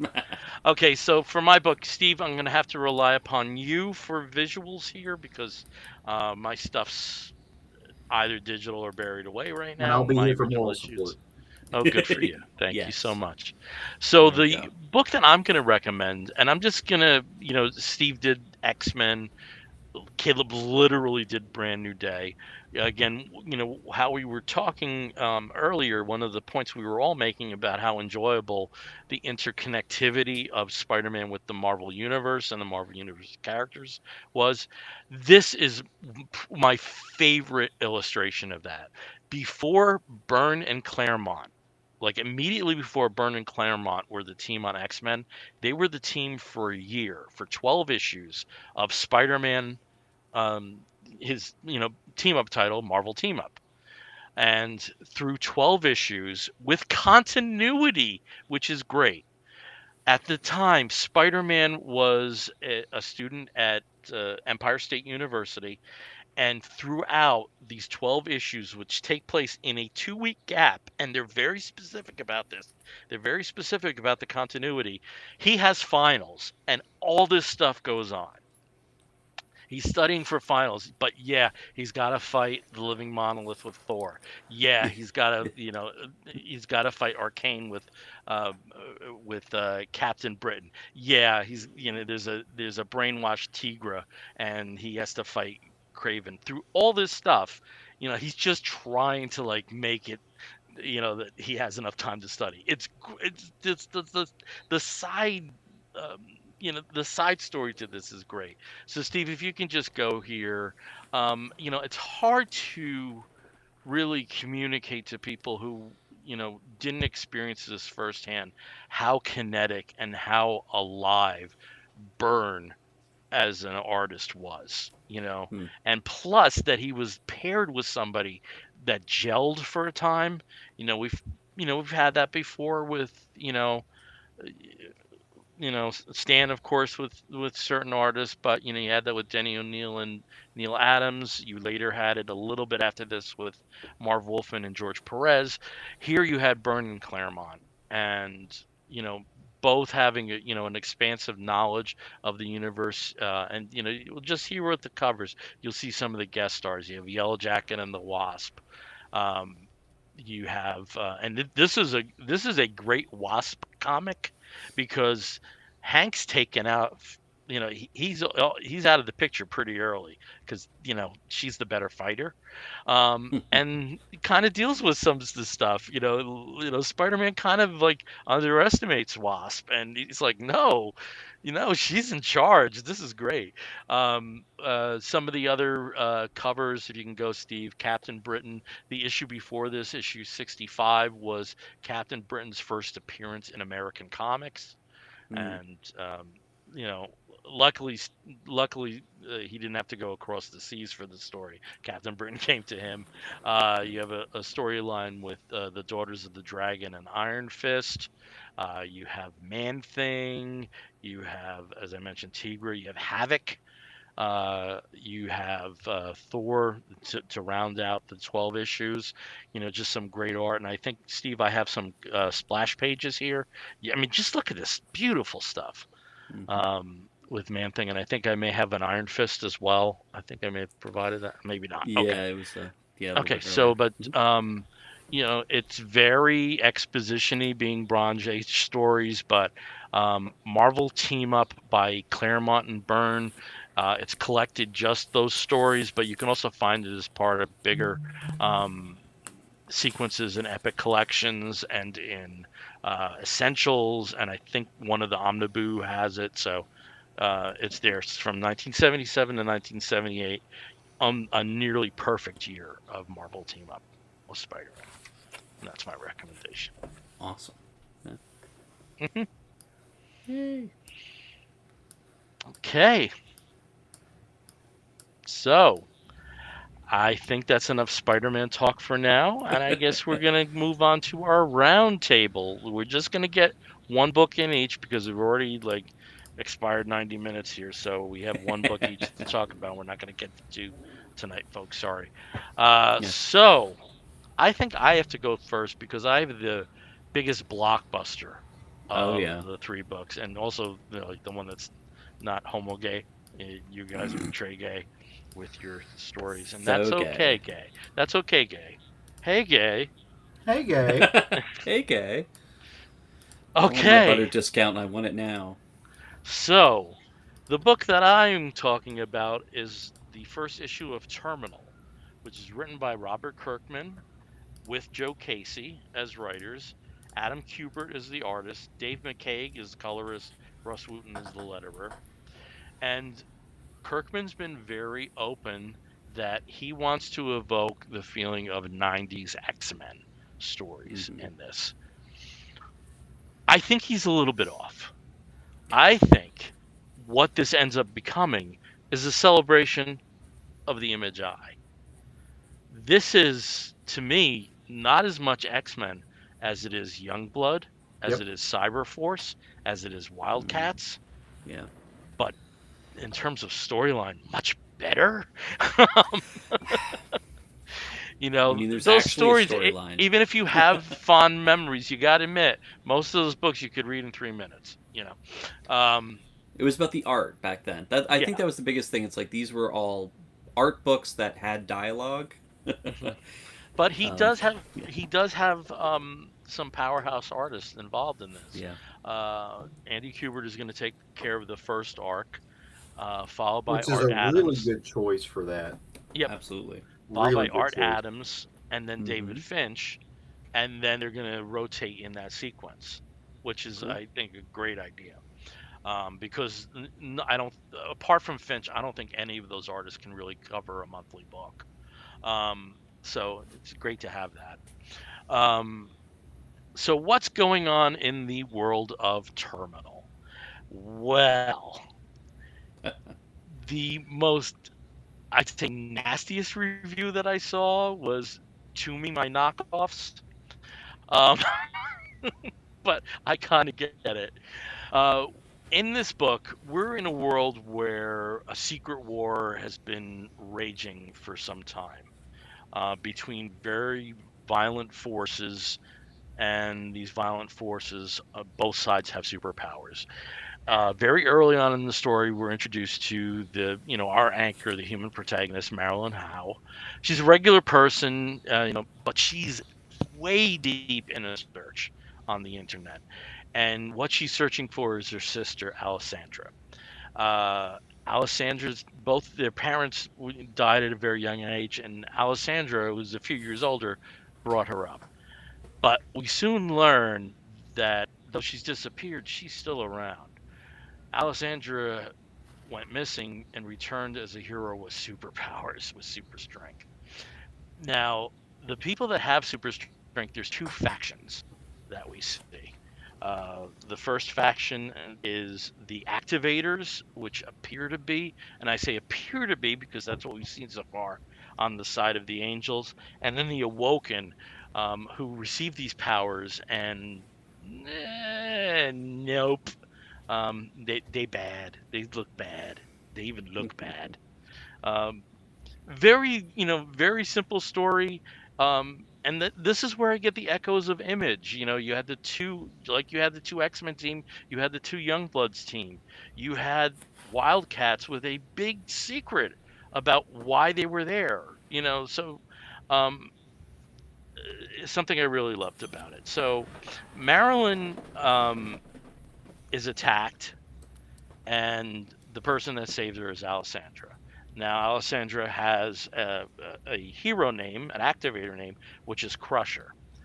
And it appears that Marilyn also is somebody who could be activated, that has that has latent powers that can be triggered. She's taken to an island where they meet the other members of the activators, codename Breaker, codename Thrasher, codename Racer. Again, you gotta love names that a 9-year-old can come up with. you know. And she's attacked by one of the Awoken, who was Imp, who was, kind of the sidekick of that group, who was developing some really strong powers. Marilyn is brought to the island that is run by a guy named oh, he had a cool name. What's his name? Why can't I find it here? Oh, dang. Oh, what was his name, dude? I can't find it. Um, Theed. Sorry, Theed. Mr. Theed. On this beautiful island, and they are brought to a being that is effectively an eye, Not too on the nose whose there. name is Maculox, and Maculox can get into somebody's psyche, get into themselves, and bring out these powers. But it's dangerous.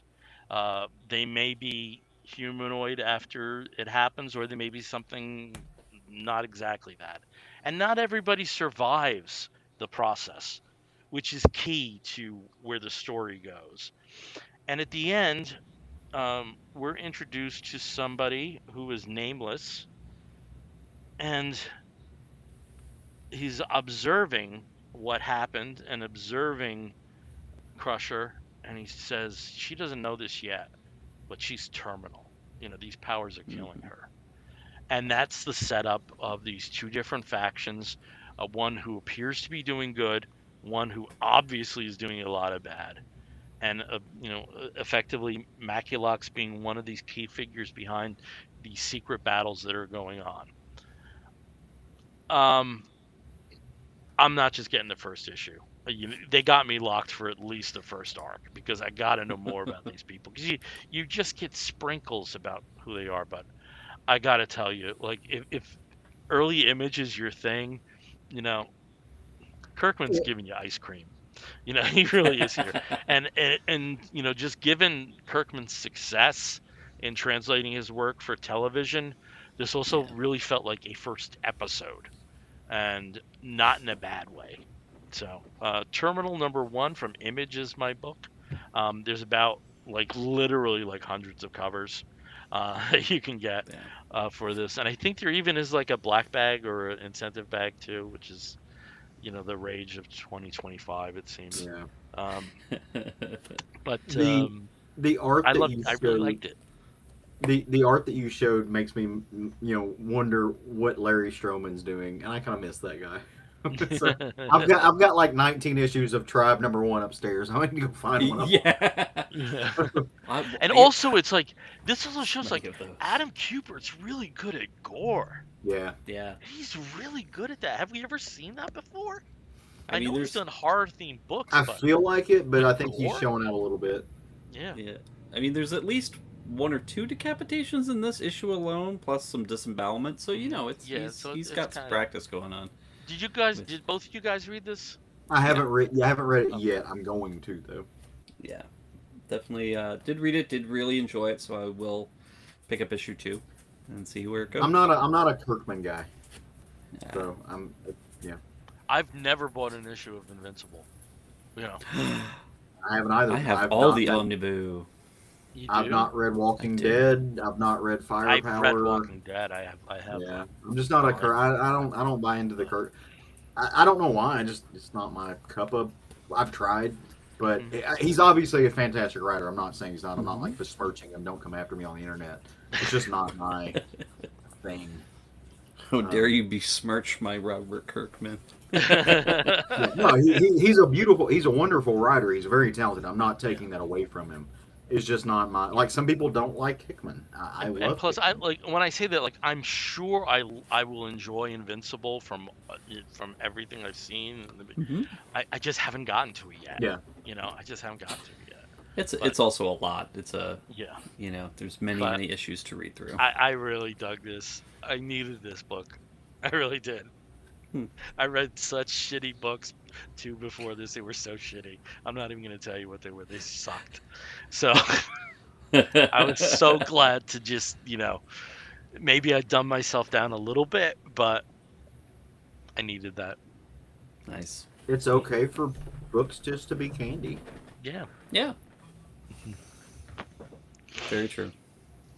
Okay, Well- Steve. Well, go ahead, Caleb. What I were was you gonna ask if Steve wanted to go next, or if Steve wanted me to go next. I could go next. So I think I'm you're gonna a talk good about- one, Caleb. I think you're a good one to round up with, given its alignment with something else going on. So Okay, cool. Yeah. I think you're a good one to wrap it up. Yeah. So I have been following Moom Comics, Moom Comics, since I first picked up the 3 issues of Power Bear by Wukash Meiker, several years ago, and since then there have been several Kickstarter campaigns that have been started and completed very well, very successfully, for a series of silent comics. So comics that are just 100% art.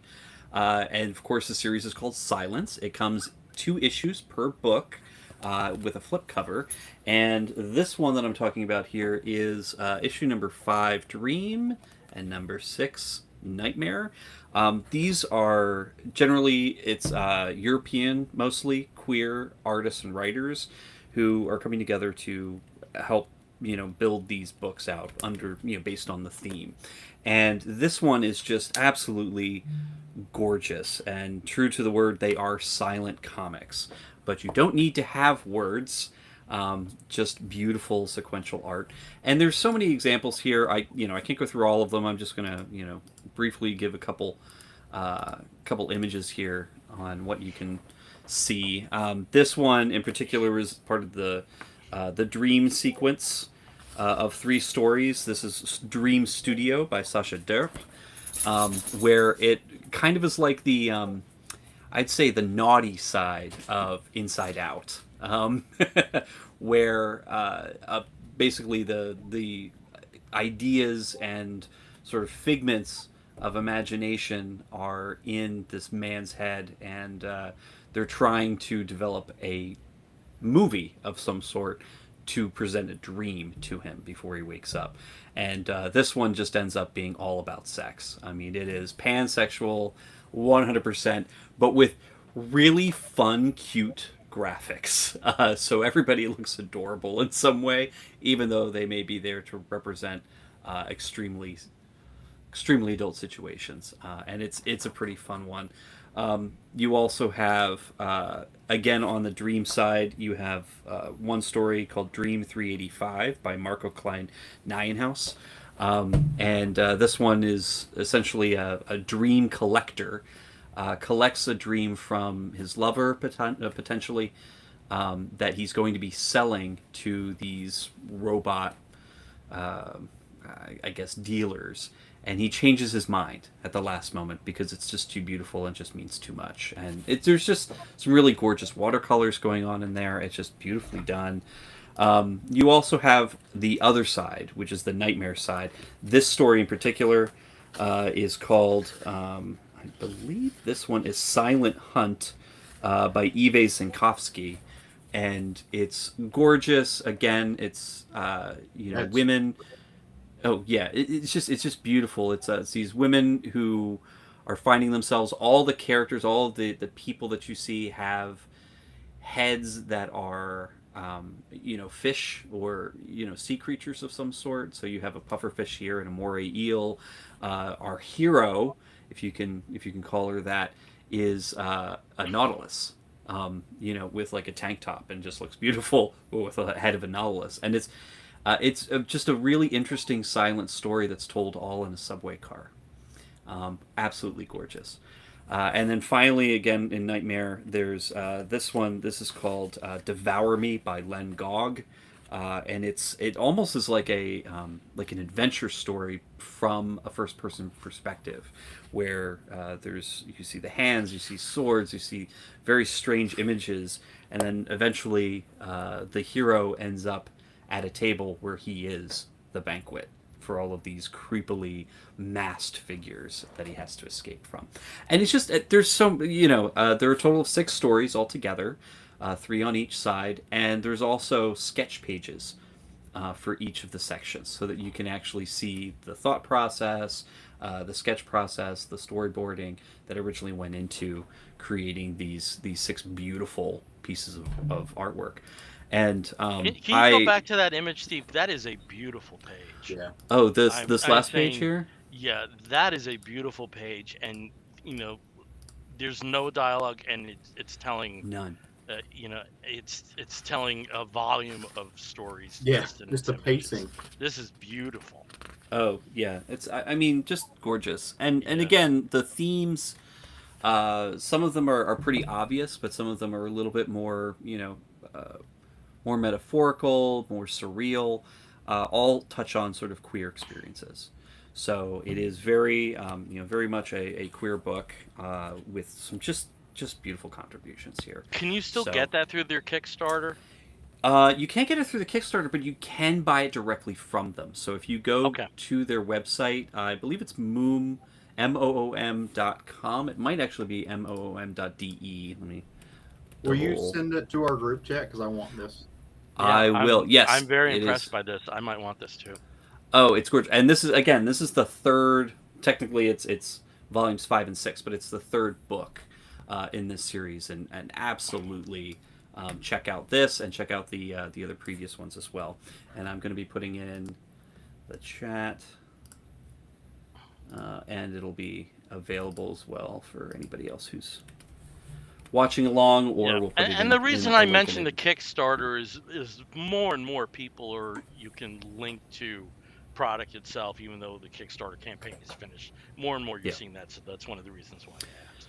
Well, and also the next Kickstarter, I'm sure, what he's done in previous Kickstarters is making previous issues available as add-ons. So you can, while you're supporting the next issue, you can also get the previous issues that have been released. So, okay. Over to Caleb. Caleb, tell us about the book you want to talk about. All right, so my book's not going to take very long because I've already talked about most of this series, but I finally was able to sit down and I read the sixth and final chapter, or final book of Alice Oseman's Heartstopper. I've spoken about this series many times. The story follows two characters, Nick and Charlie, who are high school students. And Charlie is the dark haired one, Nick is the light haired one. They meet, they figure things out. That it's a very meet cute situation of young guys in high school figuring out that not only are they gay, but they're attracted to each other, and oh, is it worth the chance to date? And they are, and they're Nick and Charlie. And by the time they get to this is Nick's. For us, we call it senior year in high school. Charlie's still a junior. Nick's getting ready to head off to university. Charlie's going to have to spend a year alone. Charlie has dealt with issues such as eating disorders. Nick has been very supportive of him, but now Nick's running into a situation to where he's got his own stuff going on. He's got his own stress going on. He's worried. He's got problems, and he's trying to figure things out. And he spent so much of his time being a support structure for other people, not just Charlie, but for other people, that he doesn't really know how to ask for his own help. And he has to figure that out and rely on his friends around him. By this time, though, again, these are teenage boys. They're out. They are together. Their relationship has advanced beyond just cuddling and kissing and being really cute to the physical. They are having sex. They are spending the night with one another, and so they're trying to figure out, okay, is there a relationship for us outside of high school? Is this going to be one of those relationships? And their peer group around them is trying to figure out, hey, do we stay together? Do we break apart? How do we exist? How do we function? And what does it mean to be in a relationship? Is there such thing as high school sweethearts for gay culture? What is going on here? Um, Ultimately, it explores those very real feelings, that very real, the dichotomy there, the unsettlement there of two people who are relying on each other and have kind of developed a codependent relationship and have to realize, hey, we can back up from being so totally codependent to where we're partners, we're relationship oriented, but we can have our own things, we can have our own lives around each other. We can maybe figure out the long distance thing, and we can communicate, we can be open, but communication has to work both ways, right? It is a two-way street. Relationships are not each person giving 50-50. Relationships are each person giving 100 and 100, and figuring out how to navigate with each other, how to grow with each other, how to rely on each other, and how to give each other their own space. And I think that's very important. I've made no buts about it. This is one of my favorite comics ever. I have a tattoo of these characters on my leg. I personally love where my life is now, and where my life is now would not be where it is if anything in my past history had been changed, right? Including all the trauma and all the shit that, I've spoken about before. That being said, I deeply wish I had have had a book like this when I was 15. I deeply wish I had have been able to explore this side of myself in high school. I deeply wish I had have known who I was, or had the strength to come out who I was.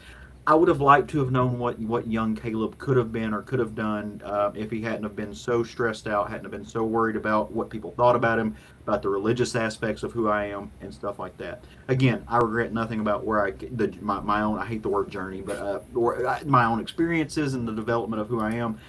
I have a husband that I was led to through that path, and I think my life is fantastic. But it had this book been available to me in my high school years, I would have a lot less emotional and physical scars.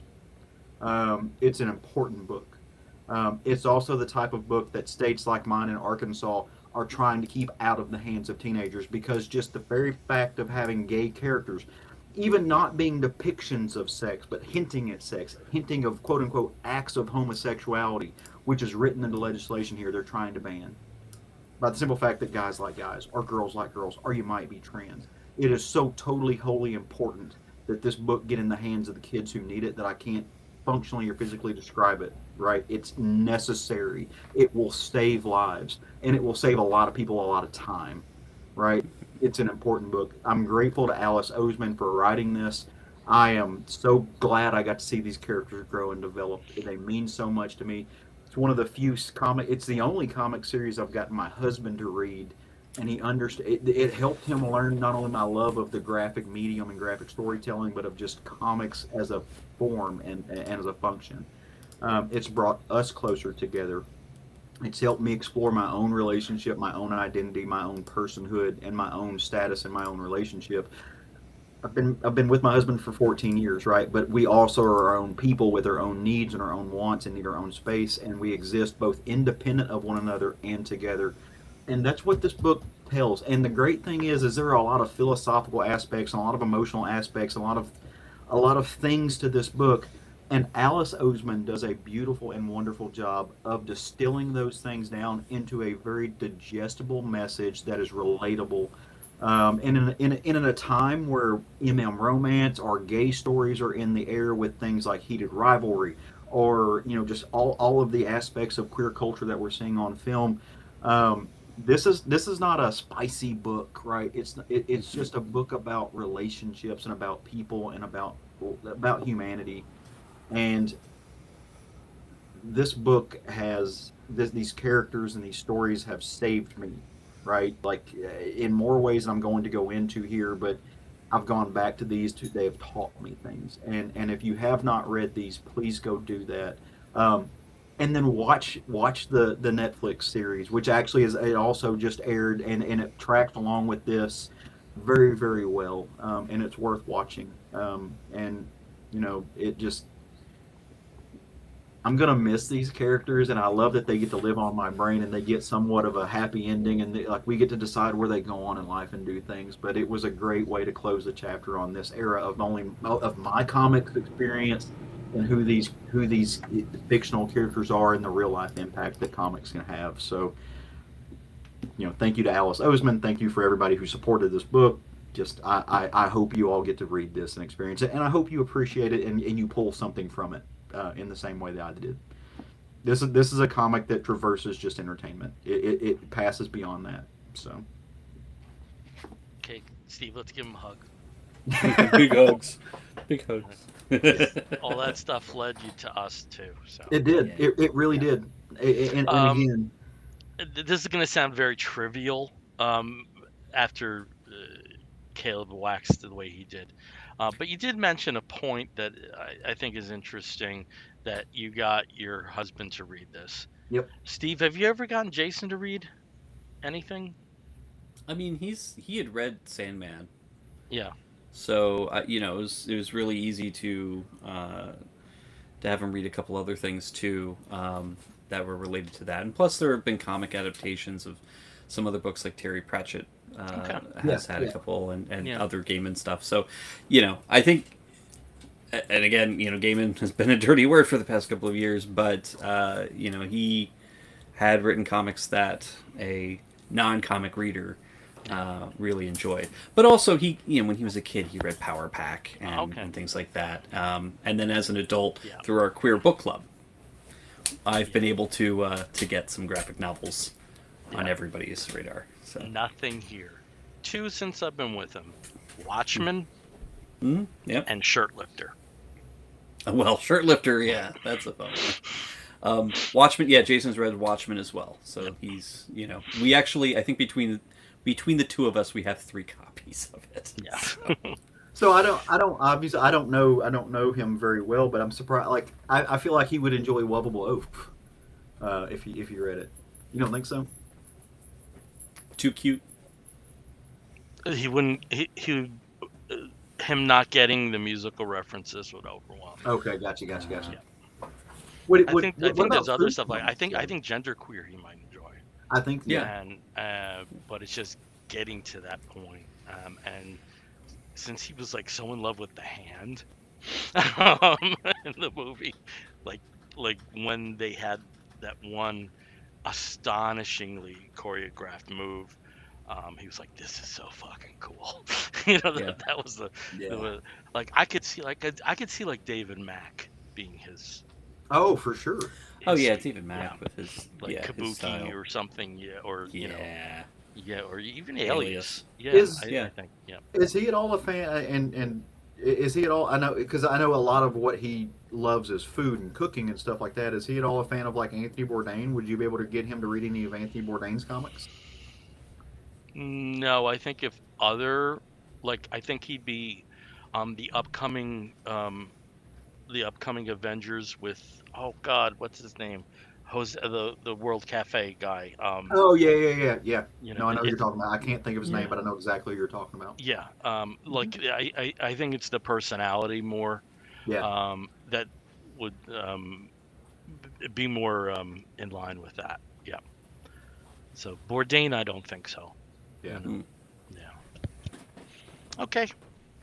But he absolutely loved when they asked Bourdain what he would serve Trump at dinner, and he said hemlock. He absolutely loved that. So, Bought a new Bourdain book today. all The right. new movie's Well, coming out soon.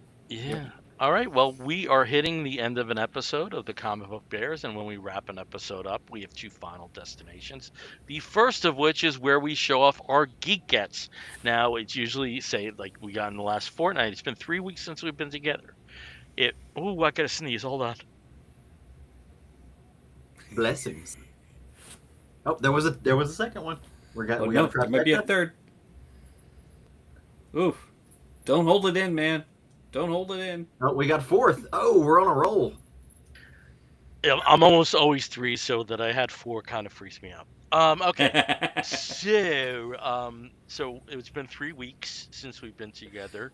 It's gonna be, I think, 3 weeks till we're next together because somebody's leaving this country for a little while, which is True. always enviable. Um, and so we just show off stuff that we got since the last episode that qualify as Geek Gets, genre-oriented stuff that we got that may be comic book or comic related or may not be. That's just kind of cool. Our little show and tell. Steve, do you have anything?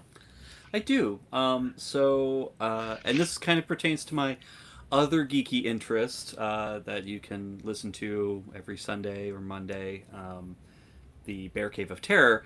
I love horror movies. I love reading about horror movies, and every year when I do my October horror watch list, my horror movie a day, the past couple of years, and this year is no exception, I devote a week or 7 days worth of movies, 7 movies, for a theme I call Camp Sucks, that only looks at camp slashers and camp related horror movies.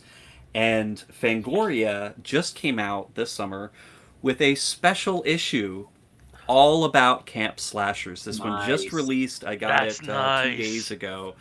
And it features some of the classics, some of the best camp slasher deaths, including the Take the Stairs issue where Mark dies in Friday the 13th Part 2. Unforgettable, of course. A big retrospective on Sleepaway Camp and Friday the 13th, of course. And then a big feature, actually several features, on the new movie by Jane Schoenbrunn, I believe it's called Teenage Sex and Death at Camp Miasma, that I am so excited for, coming out this month with Gillian Anderson in the lead. And and Hannah Einbender, I believe, as well, from Hacks. So it's definitely going to be an exciting one to see. But this is right up my alley. It's got everything. It's perfect and it's beautiful. So you might be able to find it at wherever you can find magazines. So, Yep. because they still make magazines, people. They I've had exist. very good luck at Barnes and Noble. Yes. Very good luck at Barnes and Noble. Yeah. So I think you'll be able to find this at Barnes Noble, at some other stores that carry them. But yeah, absolutely, check it out. Fangoria. Okay, Caleb, how about you? Yeah, I got a couple of things that I'll show off. So one is actually my husband brought this home from his grandmother's house. They were kind of going through some stuff, and this is just a weird thing like that I thought you guys would get a kick out of. It's a big boy. It's a piggy bank. So A it's big a piggy big boy, bank. yeah, it's a big boy piggy bank, and so we put it in our home office now. And I loved this That thing. is so cool. Yeah, like it That is was. so. It's just. That's got to It's be just the screenshot for our show with Steve and I. Just like as you bring up the thing. It's Big just boy this piggy weird bank. little bit of Awesome. nostalgia. And what's funny is now, like, I had to do some traveling for work in the North Arkansas, and I saw like a couple of gas stations that had the big boy, like big things in front of the gas station. So Nice. I thought that was quirky and fun. But as Bill, you mentioned, I am fixing to go on vacation, so my other geek gets are all book related because I'm about to take a long flight. My husband and I are going to Scotland. We're actually going to visit a really good family friend who actually is the first person I ever came out to. She's a lesbian, so we're going to stay with her and her wife. They're going to give us a tour of Scotland. We're going to the Scotland Military Tattoo. So I'll have some cool geek gets when I come back, but I've got a plane to catch and stuff like that. So I picked up a few things to read. First, the trade of Hulk Smashes Everything, which is right next. I see it Steve has right got the there. great poster. I also grabbed a one of Jed McKay's trades of the Avengers to take with me. But I grabbed a novel too, and it's something I'm excited about reading. And this was came out in 2020, but it's Tomasz Jadorowsky's Swimming in the Dark, and this takes Hmm. place in the early 80s. It's in the fall of communism in Poland, in communist Poland, and it's about two guys who kind of meet each other and fall in love, but realize they're on the opposite sides of things when the shit hits the fan. So I've Hmm. heard a lot of good about this book, and I'm really excited about reading it. So those are my geek gets that I can kind of show off right now. But as always, the Cubist Flamingo believes in you. Crypto also loves you with his little ear he pokes down. So never forget. My chompers are Yes. not handy. Okay, I'll Oh, have to change that. mine is always Um, here by my Caleb, side. if you can, I absolutely love like the newsstand British comics, Yeah, like like Deadpool or Spider-Man and Deadpool with the the pence, the pound and pence. So if you want to pick me up something from a news agent, I'm okay with that. I I love will. that stuff. I will do my best. We're going to be spending some significant time in Glasgow and in Edinburgh. So and then See, also I'm going not up to the talking Highlands. comic book shops. I'm talking a news agent. Yeah, I'm talking newsstand. No, I want to look that for kind of like stuff. that's what I'm saying. But in the cities, they should have those. So I'm going to try to pick Yeah. some up and see what I can find. Also, I need to do it, but I have got a care package that of things that I have collected that I'm going to get sent to you very soon, Bill. There are Oh, some things that I Mhm. think you're really cool. I've been kind of hoarding things to send to you. So nice. This is after I a get little back, birthday hopefully I will present. I have some love stuff to send it. you.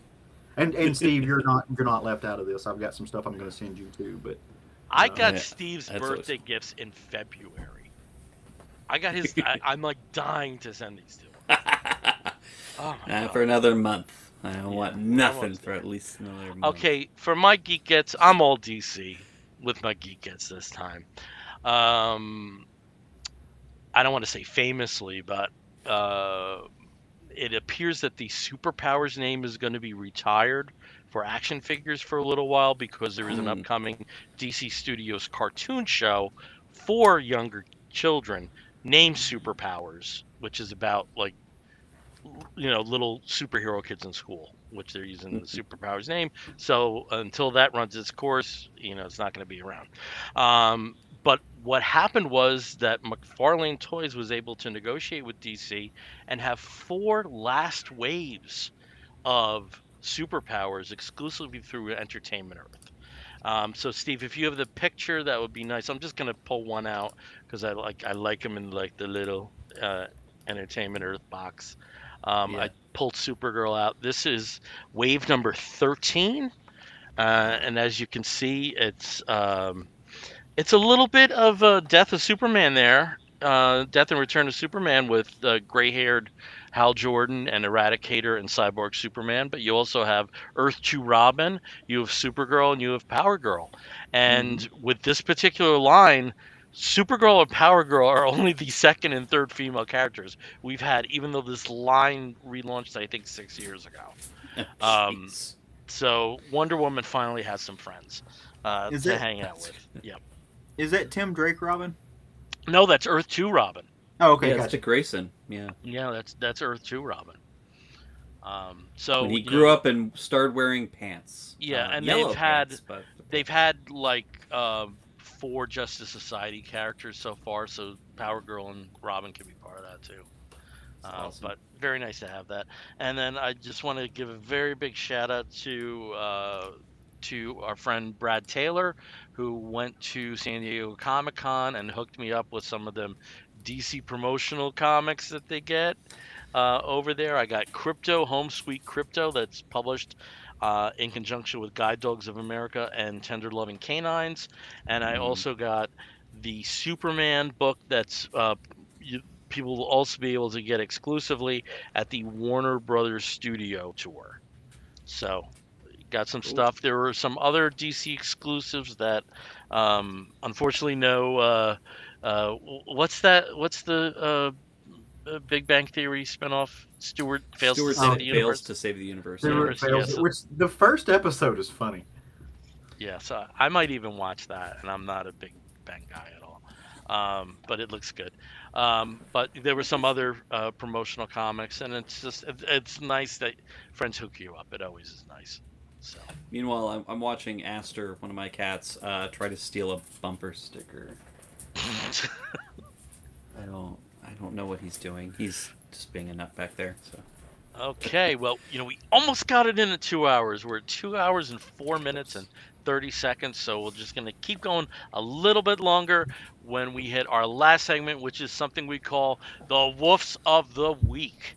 In the bear community, if you find a fellow attractive, you woof at him.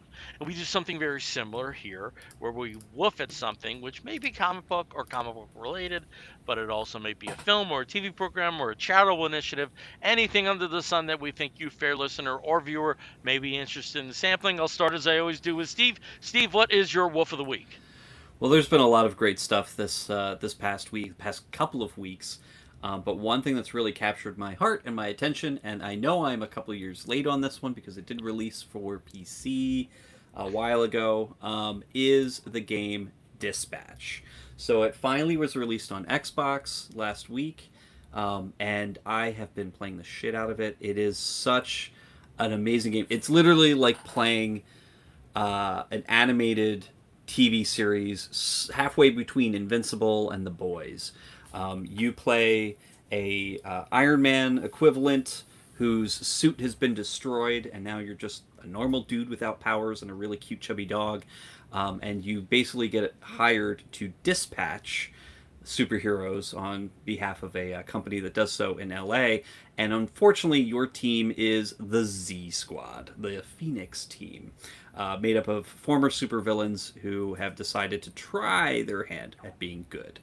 And it is absolutely a fantastic game. It's done by some of the same people who did Wolves Among Us and Tales from the Borderlands.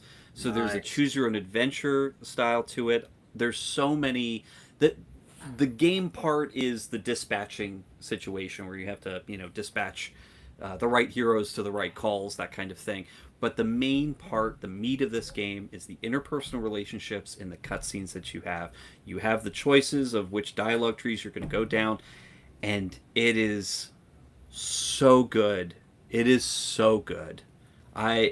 There are very few games where I will cry 2 hours into it. This was one of it. One of them. The voice cast is incredible. It's just, yeah, it's great. It's worth all the time in the world that you will need to spend on it because it's just fantastic. So, yeah, check it out. Dispatch, available on all game platforms now, I believe. And How do you feel? don't get the Yeah, censorship.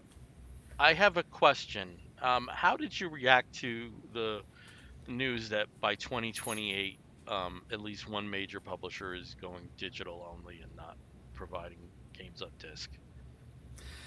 Um, well, seeing as how most of my games are digital now, I don't know how much it'll affect me personally, but it is kind of a frustration, I think, for a lot of people who like having hard copies of things. Like, I still have all of my original PlayStation, PS2, PS3, and Xbox 360 games. I still have all of them. Hmm. And, because they're not digitally compatible, there's no digital version. I don't have to worry about buying it again. I can just pop the disc in and play for the systems that are backwards compatible. I also have the old systems if I need to use them. Yeah. I think it's kind of a bad decision, especially from the particular manufacturer who just famously A lot of removed. shit. Yeah, they famously removed the licenses for people who had purchased digital media from them, and because they've done it before and they've proven that they will do it, making all of their games digital only essentially says, "Hey, you didn't like that shit we did before? Well, we'll do it again. Just you know, with your games in a few years. Okay. So One of the best takes that I've seen, and I actually agree with it, and it changed my perspective a lot, which is that if purchasing a game no longer equates to ownership, then piracy isn't theft. yeah, because you don't own it. Nobody owns it. Nobody Yep. owns it, then yeah. But yeah, or the fact that a digital version costs exactly the same as a physical version.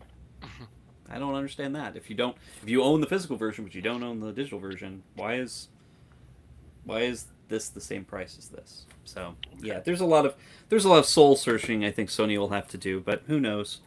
Oh no, I named them. Um, but we'll see. And with the financial issues that Microsoft has been going through with the Xbox, environment and ecosystem, and the fact that Nintendo's just been doing the same Nintendo shit for the past 50 years. I mean, really, who knows Okay. what's gonna happen in 3 years? Anyway, Okay. Dispatch. Play Dispatch. All right, over to Caleb. Caleb, what is your wolf of the week? Yeah, my wolf of the week goes out to another book, right? So, my husband is super into romance. Thinks he's rivalry. Now, for multiple reasons, I love that he's reading. He also is spending more money than I am on things like books and stuff like that. So he can't gripe at me anymore because all the packages are for him. But for him, the spicier the book, the better. That being said, he read and turned me on to a book that is actually not spicy at all, but that I have actually fallen in love with, and I'm not finished with it yet. But this is like an amazing book, and I want to share it with the world. If you haven't read Song of Achilles, please do so. It's by Madeline Miller. It is the story of Achilles and Patroclus. Where I'm at, they're still like on the way to deal with the Trojan War. But hey, they're young men in love. But again, there's no graphic sex scenes. It is really a lot of emotional buildup, and they are having a physical relationship, but it just doesn't delve into it. Beautiful exposition, beautiful writing, very very well done. Can't say enough things about it that are great. You should read this book. It is wonderful. And then you should go watch, the Odyssey, which is a different tone and doesn't dive nearly as deep into the relationships and doesn't get nearly as deep into what the stories are actually supposed to mean. But it's a cool action flick, so do those things. If you like that whole time period, but I will tell you, I love that book. Circe is actually better. Madeline's other book is. It's. I'm gonna that read should it. be like number two. That's on your what list I there. know the name from is Circe. Yep. Yeah.